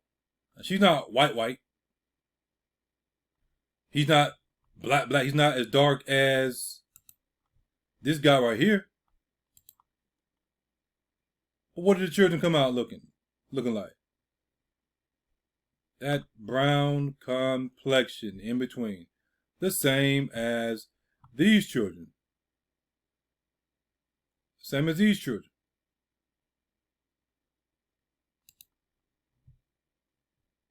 Same as these children. My children are light. Their mother is light. Lighter than me. Is their mother white? Even though you say my children look mixed? My children are still what we call black. But there have been people that seen my children and said, oh, is their father white? No, their father is what we call black man. Do I have white in me? Of course I do. Isn't it interesting, or you got that white in you, when white people come from black people, tracing all the way back to Adam and Eve, who were what we call Israelites, because that's the lineage that Christ came from. They don't tell you that, do they? That the Israelites, the original Israelites of that time period, Adam and Eve, are the ones who brought forth the nations and tribes and different colors of people, including white people. Not the Hamitic lineage. And they try to tell you.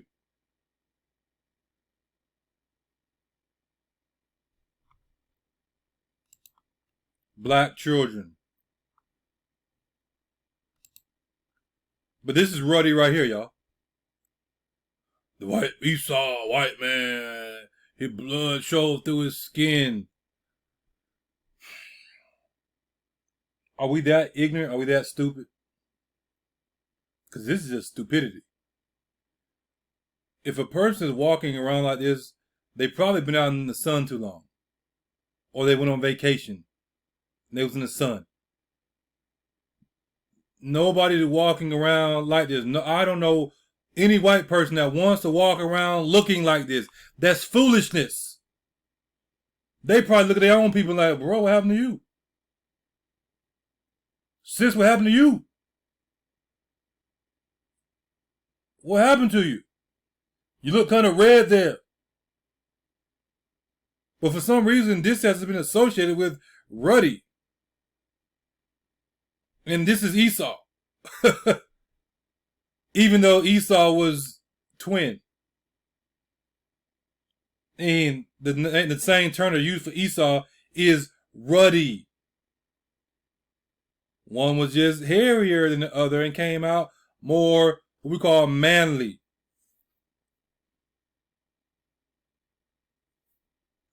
But no, this is Esau right here, and this is ruddy. Right. Or does this make more sense? Brown hair, ruddy skin. Wouldn't Esau more so look like this than this? Based on the knowledge, wisdom, and understanding. So if Esau looks like this more so, I ain't saying he can't look like other tribes and everything. You got to be able to discern. We're going back to when the brothers came out as twins. If Israel looks the way they look today, the way we look today, and we know who we are, is it a possibility that Esau looks like us, is posing himself as us, deceiving our brothers and sisters in Christ, leading them astray to worship the Antichrist? Is it a possibility? You tell me. I just looked at Esau.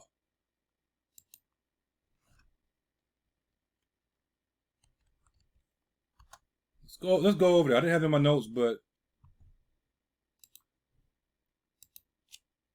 let's go look at Esau. Esau.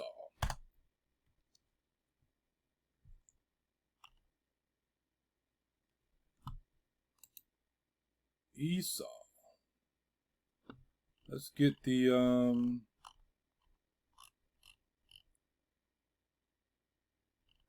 alright, forgive me. Where'd it go? Y'all bear with me. Genesis 25:25. Why is it not popping up?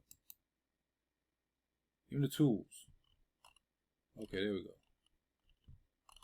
Came out red. Let's open this one right here. Came out hairy. And then we're going to get this one also.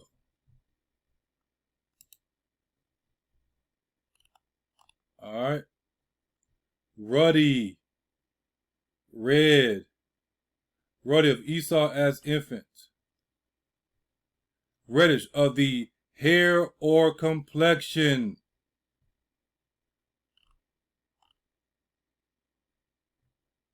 Red-haired. Red-haired. The same word is used also of King David. The same term is used for Esau for red, ruddy. It's the same thing that was used for King David. Esau was a white man though, huh?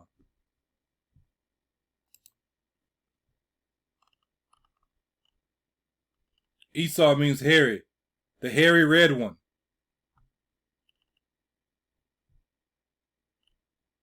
So I know where I come from. It's family right there. I'm hairy. Oh, he Esau. You Esau. What about the prophet that was hairy?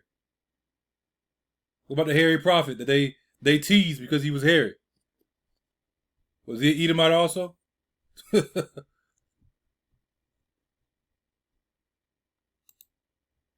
let's go to our next point. Let's bring it up real fast. Bible verse, hairy prophet. Forgot who it was. 2 Kings chapter 1, verse 8. And let's get the context of it. Okay. And they answered him, he was a hairy man and girth with a girdle of leather about his loins. And he said, it is Elijah the Tishbite. Elijah was a hairy man. Makes sense, since the brothers before him, they were twins. It makes sense that some of that DNA would pass down. This is basic stuff. God always manifests stuff to point you to something. Now we go over here, and it tells you a little bit about the Slavs. The Slavs are a member of the most numerous ethnic and linguistic body of peoples in Europe, residing chiefly in Eastern and Southeastern Europe, but extending also across Northern Asia to the Pacific Ocean. Slavic languages belong to the Indo-European family. Customarily, Slavs are subdivided into East Slavs, chiefly Russians, Ukrainians, Belarusians, and Western Slavs, chiefly Poles, Czechs, Slovaks, and Wends or Sorbs, and South Slavs. Okay, what I want to show you is this. Where is that? Right here. The original habitat of the Slavs is still a matter of controversy, but scholars believe they populated parts of Eastern Europe. They're trying to figure out, okay, where did they come from? Where did they come from? Because these are not the original Slavs. They don't fit the evidence. Now, these are the original Slavs, then you got to show me and prove how did they get like this. Are they the descendants of the original Slavs, or were these people put here because they immigrated into the area and they took over that, and then they were told certain things? We know the scriptures say that the Gentiles will come and they will say that they have inherited lives from their fathers.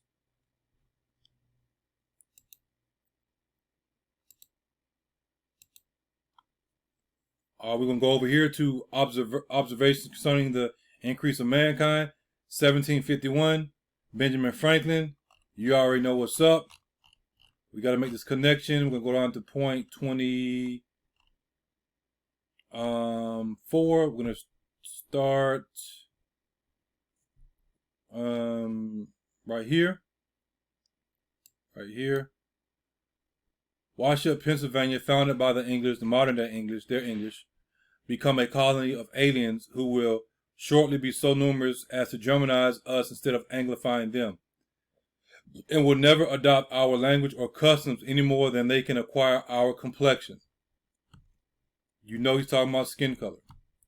Which leads me to add one remark. So the basis of this is based off of what he said right here. That the number of purely white people in the world is proportionally very small. But they say, hey, we are the minority and they're majority. That's a lie. That's why I broke it down, showing you, according to law, how they define minority and majority. I may touch on it, real fast after I make this point.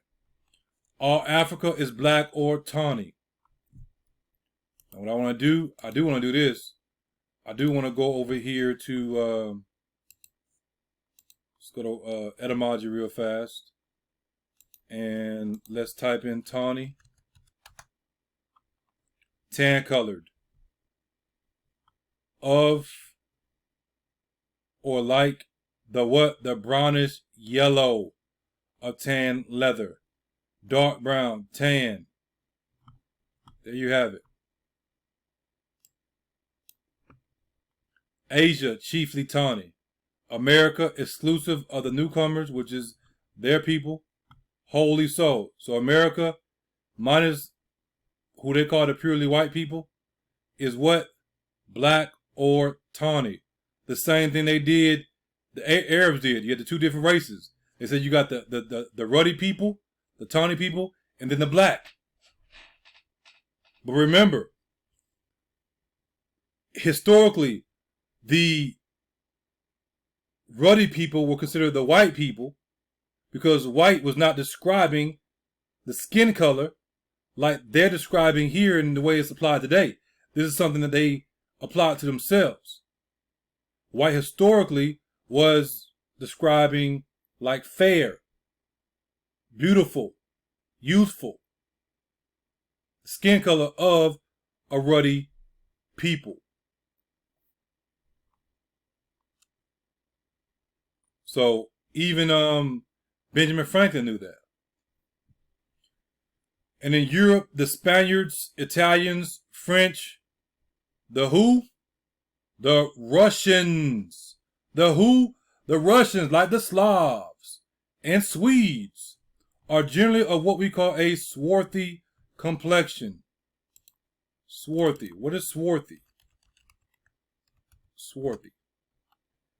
A dark colored complexion, especially of skin.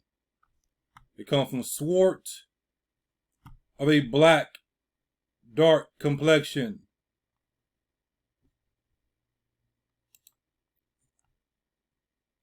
Are generally what we call swarthy complexion, as are the Germans also. The Saxons only accepted their group of Saxons because you got different groups. Just like you have the true Israelites and you got the fake Israelites. The ones they have proclaimed to be the Israelites. Just all you gotta do is follow the patterns and then you'll see these different things. Who with the English make up the principal body of white people on the face of the earth. I could wish their numbers were increased. The purely white people, they call it purely white people. And while we are, as I may call it, scouring our planet of what? Of the black and tawny. Eugenics goes way, way back. By clearing America woods and so making this side of our globe reflect a brighter light to the inhabitants, to the light, reflect a brighter light to the eyes of inhabitants in Mars or Venus, why should we, in the sight of superior beings, darken his people? Benjamin Franklin believed he came from these fallen angels. That's what they are. These inhabitants of Mars or Venus. The question you ask yourself, if these inhabitants of Mars or Venus, they are these Nordic-looking aliens, how did they get that way? If God made us in his image, that tells you what God looks like. If Christ is the express image of the Father, and we know what Christ looks like, then where did these Nordic aliens come from that Benjamin Franklin believes that he descended from? How did they get that way? Why should we, in the sight of superior beings, darken his people? Why increase the sons of Africa by planting them in America where we have so fair an opportunity by excluding all blacks and tawnies? All people of color, we want to exclude them to increase our own people and then pretty much take over them. But perhaps I am partial to the complexion of my country, for such kind of partiality is natural to mankind. It's a true statement. True statement. Something I said I wanted to look up, didn't I? What was it? I forgot. Oh yeah, I remember now. Let's jump over there. Black's Law Dictionary. The spell right. I spelled it wrong. Online. And then we'll go ahead and get this real fast. I'm going to type in minority.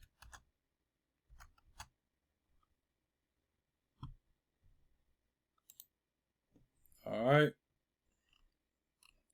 Minority is a state or condition of a minor infancy. So it has nothing to do with race. And then we go over here and we type in minor,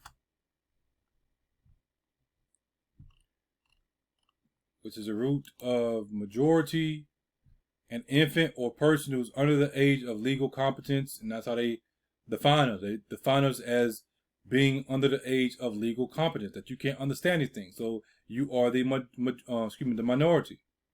A term derived from the civil law would describe a person under a certain age as less than so many years.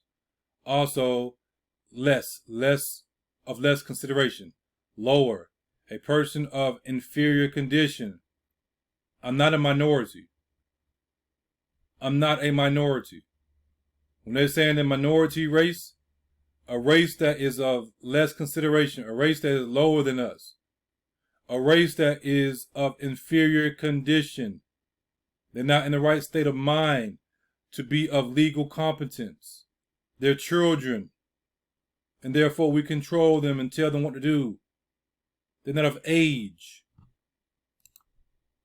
Then we go to majority. If I can spell right. And it tells us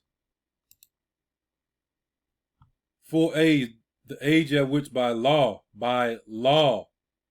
their law, a person is entitled to the management of his own affairs and to the enjoyment of civic rights. Hence why the people were fighting for civil rights, and they're still fighting for them. Things have gotten worse from the time that our people were fighting for civil rights up until now. Things have gotten worse. Because you're not the majority. You're not entitled to the management of your own affairs. You're not entitled to the enjoyment of civic rights. The opposite of minority. The opposite of minority. Then, just because I know, because I did it before, we're going to go look at major. And what is a major?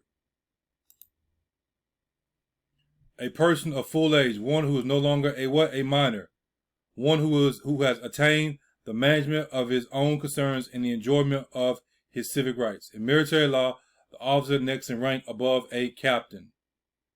Are we not at war? That's why you're a slave. You're a prisoner, because they're majors over you. They're majors in their army. But they ain't gonna teach you all this. I wonder why. Let me close out some of these tabs. And then we're going to go over here. Europa. She was a Phoenician princess of Argive, Greek origin, or Argive, however you want to pronounce it, and the mother of King Minos of Crete. King Minos, we are familiar with him. Just another, I'm going to say, incarnation or whatnot of Satan.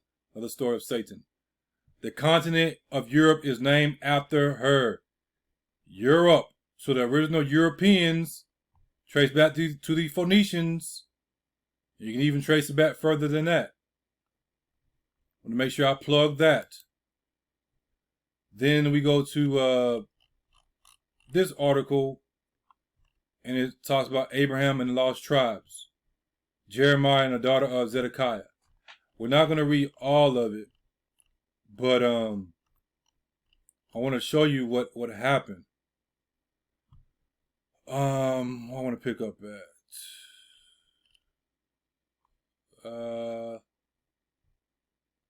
we'll go down here.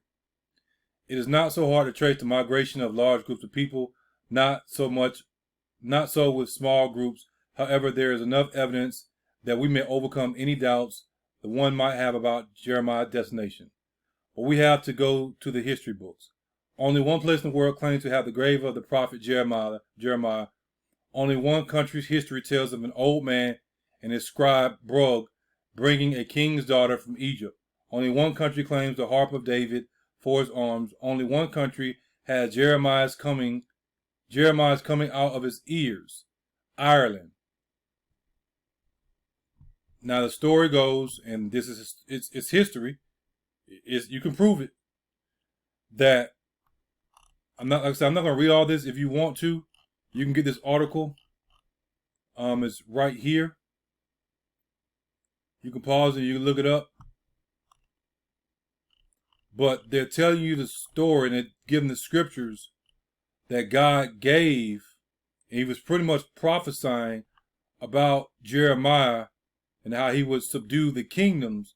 When you tie it to the places over there, it doesn't fit. And what ends up happening is you find out that that prophecy was a part of what happened in Ireland. Jeremiah took the two daughters over to Ireland and he built up this kingdom through them, and then the ancestors came in from that lineage. You end up having King James, his royal lineage, and the rest of them that we had discussed in many videos,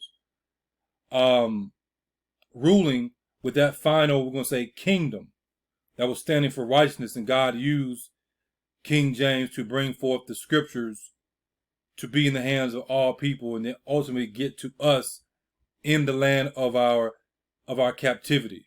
Because once King James, he started to get old and his health deteriorated and stuff like that, then pretty much everything else after that, it fell apart.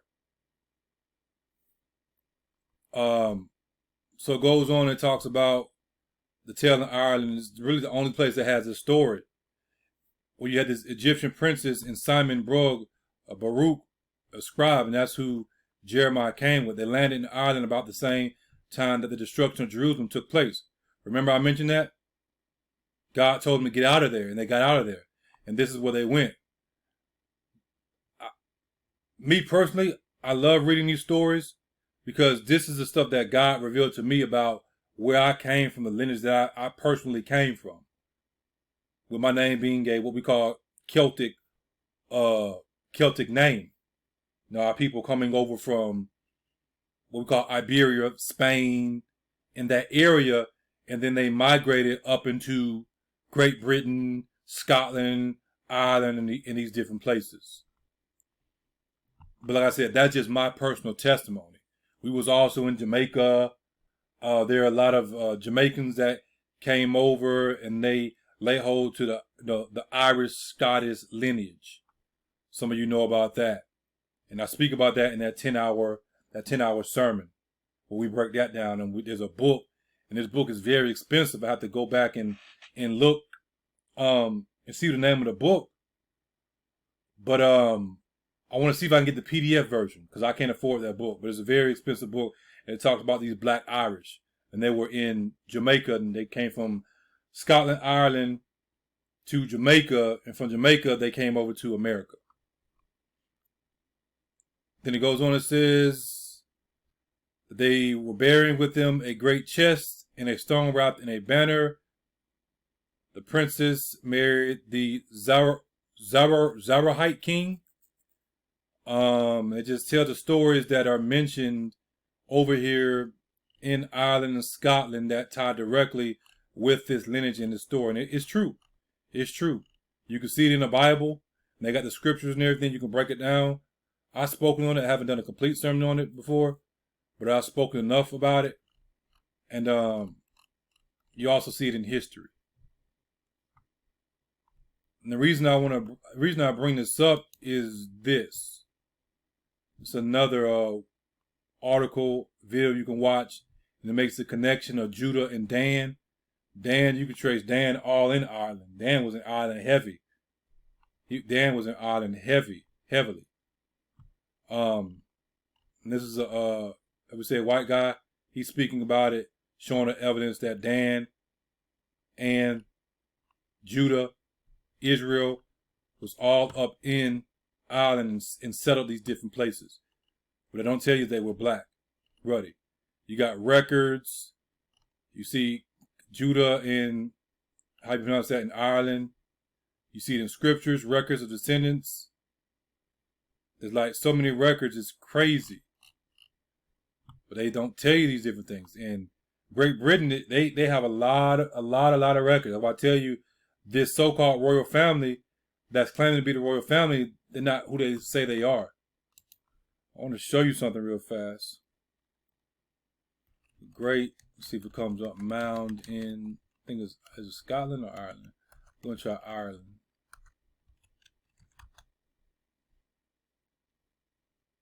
I think this is what I'm looking for.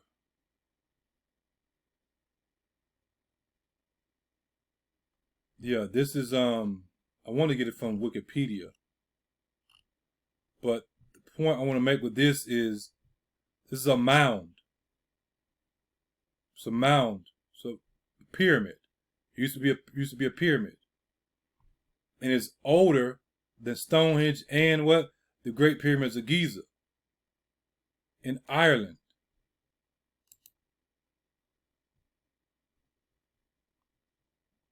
What we call it the ziggurat.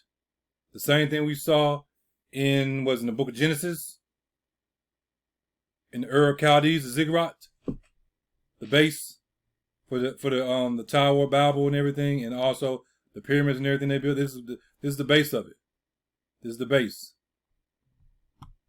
I think you also have some pyramids that you can see in Ireland that's still there.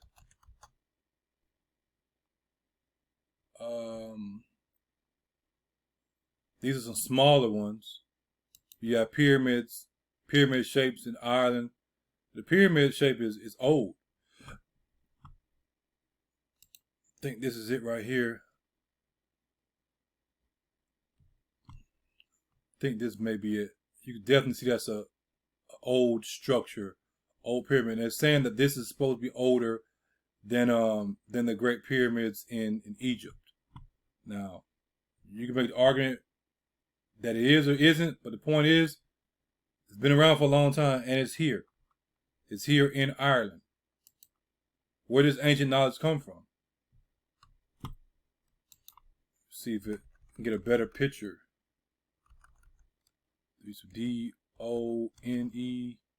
I think this is a place.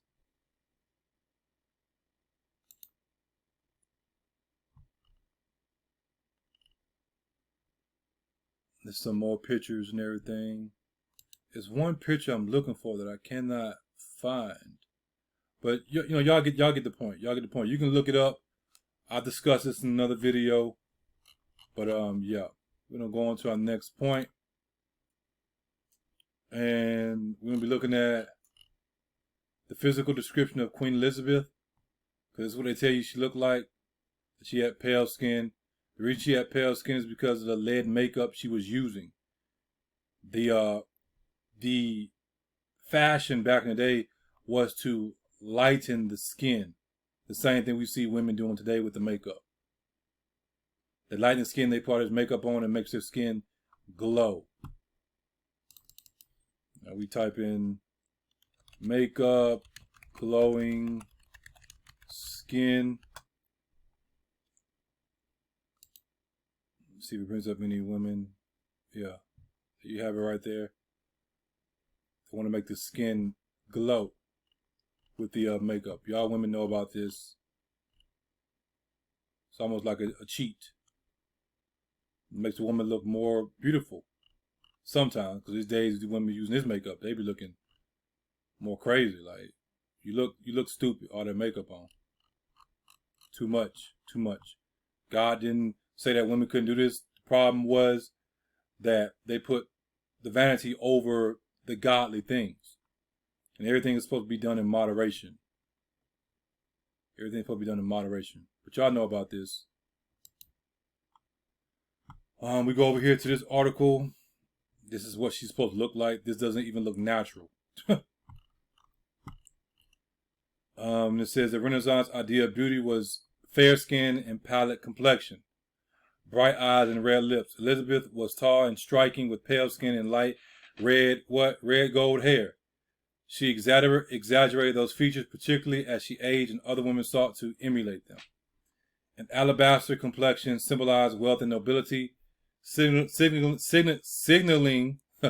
that one did not have to labor in the sun, and women went to great lengths to achieve this. Look, this is what they're telling you right here. Like, yeah, I don't have to be in the sun. So the dark skin symbolizes, oh, you're a slave. It's all dealing with the mind and the psyche. The dark skin, oh, you got dark skin, you're a slave. You're in the sun doing all the work. And to distance themselves from that, what they do. Now this is a royal people. Elizabeth was a Hebrew. And she didn't even want to be associated with her own people. So what she do? She lightened her skin with this makeup. I don't want to associate myself with these other people that are dark, that are ruddy, but that are slaves. That people, you're one of them. So I'm gonna make my skin complexion whiter. I'm gonna make it as pale as I can make it. And what has happened? You know what I told you last time. A seed is planted and then the fruit comes later. Today, the definition of beauty is mostly what? White skin. Now it's kind of like changing, but now you got the white women with the white skin and they got the big booties. Big booties and hips and everything. It always comes back full circle. But again, I discussed this, I covered this in detail in the 10-hour sermon. It's not too hard to find on my channel because it's 10 hours long. But we do have to go over it again with this. I'm going to show to you from historical records that she did not naturally have pale skin. She was ruddy. And this is the lineage that King James is of. Tying into the other stuff I showed you that King James is what we call a so-called black man. But ruddy. He was brown. The most popular white foundation called ceruse, how you pronounce it, was made out of white lead and vinegar. That's why she looked like this. This does not look natural. She did not naturally look like this. The question you have to ask yourself is, if she didn't naturally look like this, then why don't they show her natural complexion? She was very vain. At a particular point in time, she wouldn't even allow mirrors in her room. And then when people would paint portraits of her, if she didn't approve of the portrait, then they couldn't use it. She was very, very, very vain. Concoctions used to bleach freckles and treat blemishes often included ingredients such as sulfur, turpentine, and mercury. These toxic ingredients took their toll, leaving the skin gray and shriveled. As one contemporary commentator noted, to combat this, the skin was glazed with raw egg white to produce a smooth, marble-like surface. And then the other women ended up doing it. They would wear the red wigs, also because she had the brown hair that turned, more and more like that. And then she ended up wearing wigs also. Now these are actual descriptions, contemporary descriptions of Queen Elizabeth. She did not look like this naturally.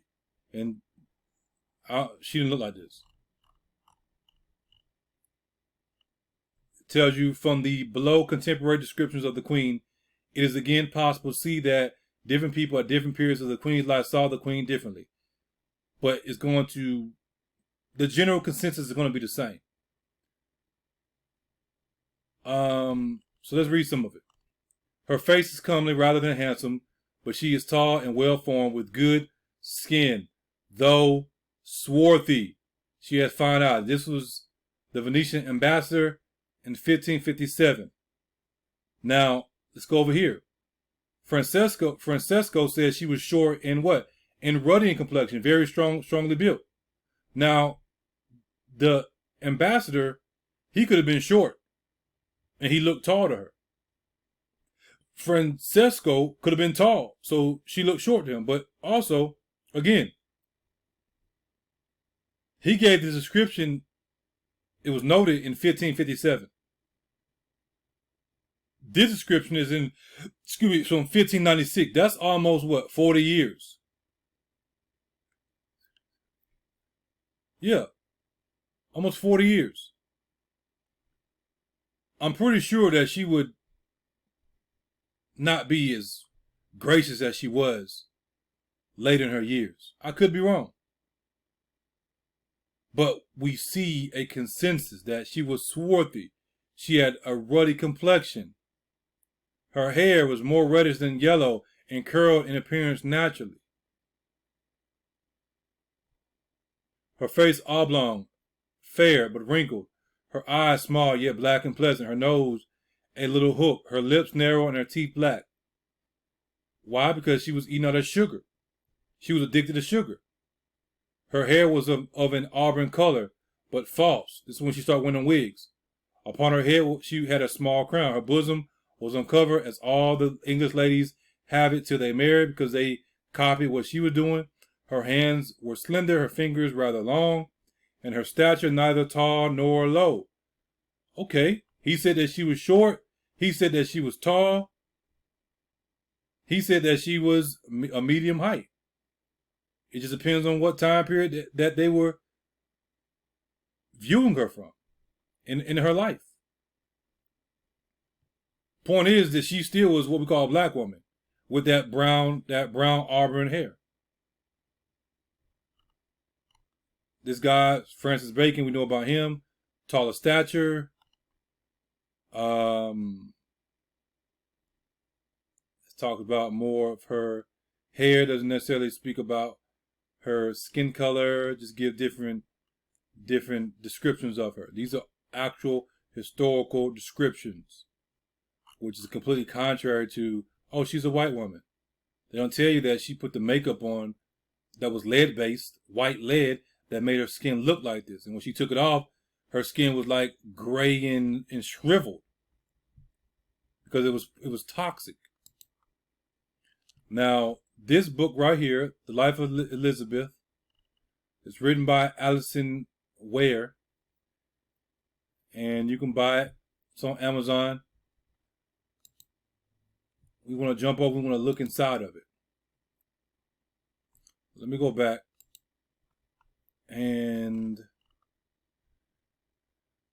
it tells us, against a lavish backdrop, a pageantry and passion, intrigue, and war, Ware dispels the myths surrounding Elizabeth I and examines the contradictions of her character. Elizabeth I first loved the Earl of Leicester, but did she conspire to murder his wife? She called herself the Virgin Queen, but how chaste was she through dozens of liaisons? You already know what was up. So she's given this story. It goes on, she never married, was her choice to remain single, tied to the chilling fate of her mother, Anne Boleyn. This is all King James family right here. She's speaking about her story, right? And we go here and we type in, I think it's red, it's going to take us to this page right here. I just want you to see it. And then when we go down, I think it's the last one, second to last. Yeah, right here. We go, yeah, right here.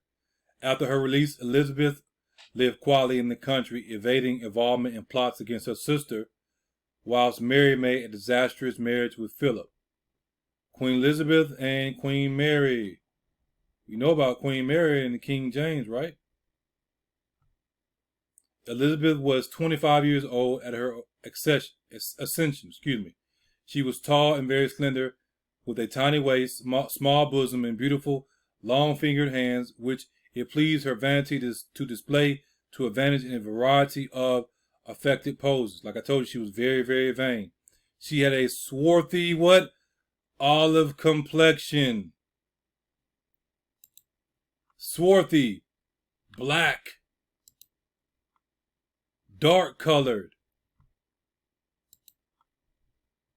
So when people say, oh, Christ was olive colored, they're telling you that Christ was black. What we call black. They telling yourself, but you don't know that because you're not researching this stuff. We ain't got to make nothing up. Don't make me pull out the other books. Queen Elizabeth, this is the lineage that King James came from.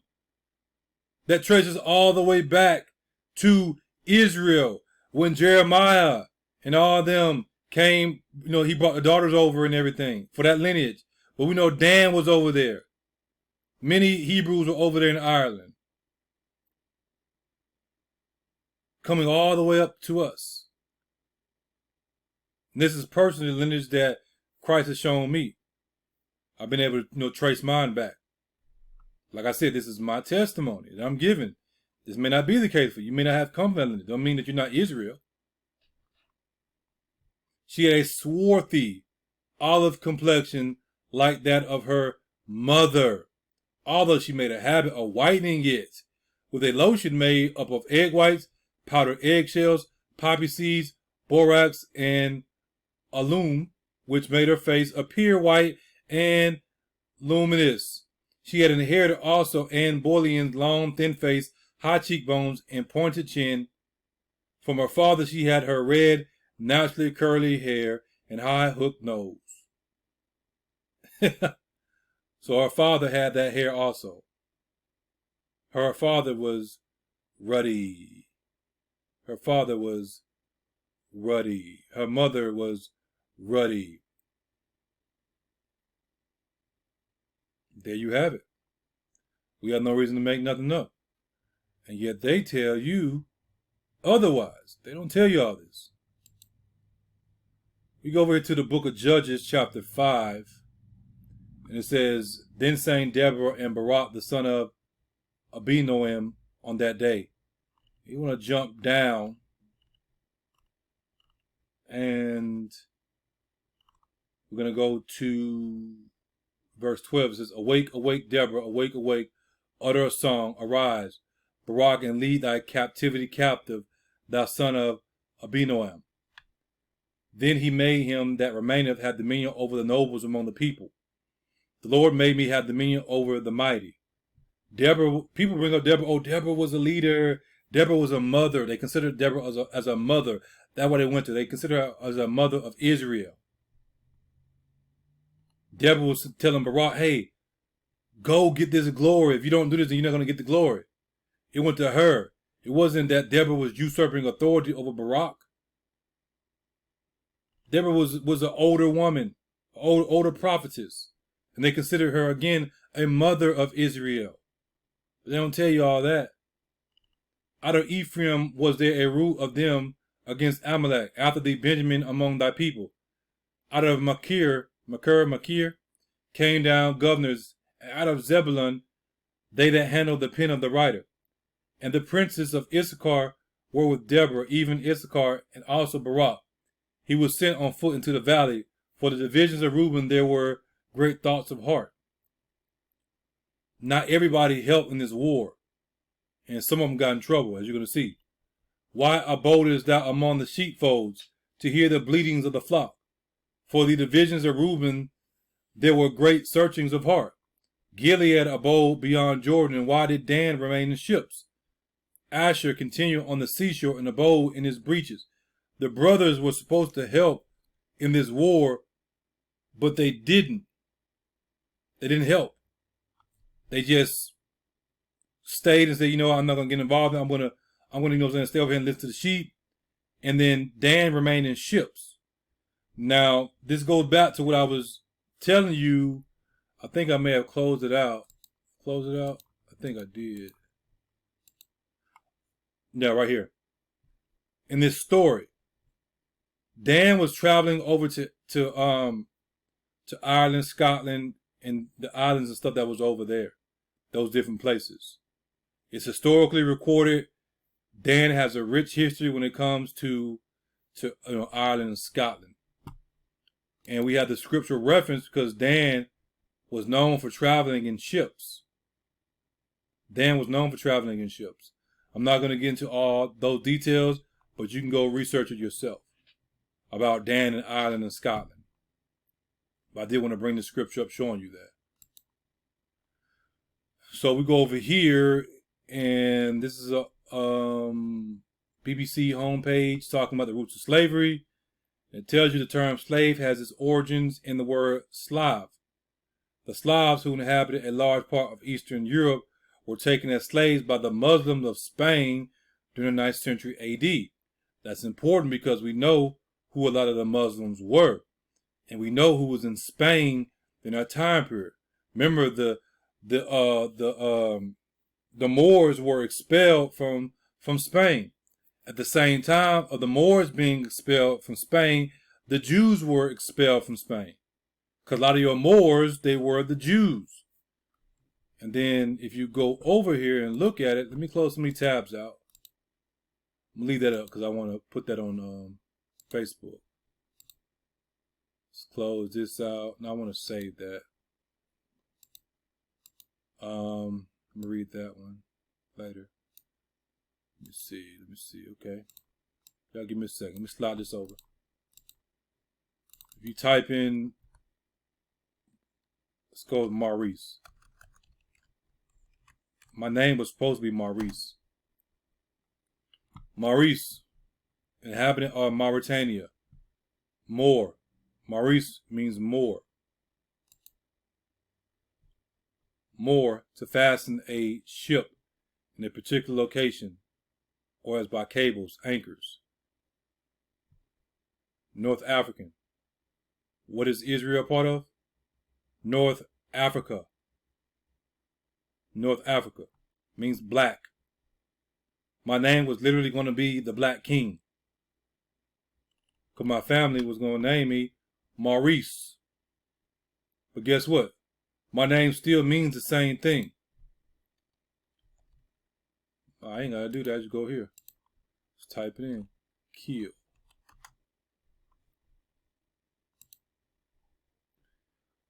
Lowest and principal timber of a ship or boat. Same thing we just seen with moor, to fasten a ship. So dealing with a boat, right? Christ is the ark. Lowest and principal timber of a ship or boat. Keel. So you get kelson from. It's the same thing. I think if you even type it in on here, it shows you. Kelson. Yep. Keelson. Also kelson. Line of jointed timbers in a ship laid in the middle of the floor timbers over the keel, binding the floor timbers to the keel.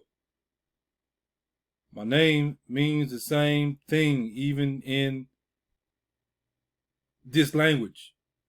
Kelson. Even if it was Maurice, it still would have been associated with the ship. It says swine, which was used of timber. People, oh, swine, pig and everything. Like, come on, man, get it together. I know people are. But if we go over here also on Google, we look at the image. It shows you what a kelson is. This is why I am the way that I am. See that you have the ribs and everything? The backbone. I'm a piece of the backbone. That's why I'm strong the way I am.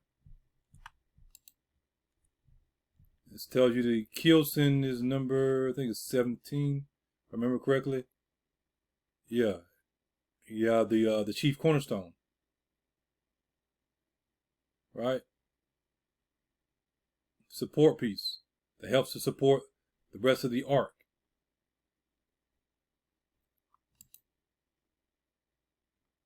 See that? Just showing you different examples. I tell you, I don't have to make up anything about myself. You have the keel, right? And you have the kelson, Christ, and then I am a son of Christ, son of Kel, son of this chief cornerstone. All right, got that. And that's your connection right there. Tying in with the Slavs. Then we go over here. Let me see how much we got left. This is our last point I want to make, and we're going to close it out. If they sin against thee, for there is no man which sinneth not, and thou be angry with them, and deliver them over before their enemies, and they carry them away captives into a land far off or near. Yet if they bethink themselves in the land whither they are carried captive, and turn and pray unto thee in the land of their captivity, saying, we have sinned, we have done amiss, and have dealt wickedly. If they return to thee with all their heart and with all their soul in the land of their captivity, whether they have carried them captives, and pray toward their land, which thou gavest unto their fathers, and toward the city which thou hast chosen, and toward the house which I have built for thy name. And he tells us that then he would hear. Matter of fact, I don't know why they have all of it. Y'all bear with me. I appreciate your patience. Then hear thou from the heavens, even from thy dwelling place, their prayer and their supplications, and maintain their cause, and forgive thy people which have sinned against thee. The stipulation to God hearing and bringing us into righteousness is repentance. This is repentance right here. This is repentance. If we want to get back to where we're supposed to be, if you want to get back, rather you are what we call black or white, which are generic terms, but we're still going to use those terms, then you need to come to repentance so we can get back to true life. That's what you want to be a part of. You want to be a joint heir with Christ. We want to get back to being the true Slavs. In the context of what we're speaking about, true nobility. A royal people, a peculiar people, a truly illustrious, a truly glorious people. Remember, the term Slav didn't originally mean what it means today. Just like the term Negro or nigger didn't mean what it means today. Nigger didn't mean back then what it means today. And the only way we can get back to what things really mean inwardly within ourselves and as a nation, as a people that consists of both Jews and Gentiles, one body, is through repenting and believing the gospel.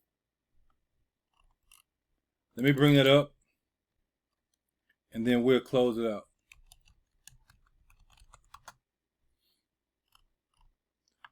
But ye are a chosen generation, a royal priesthood, and holy nation, a peculiar people, that ye should show forth the praises of him who have called you out of darkness into his marvelous light, illustrious light. There you have it.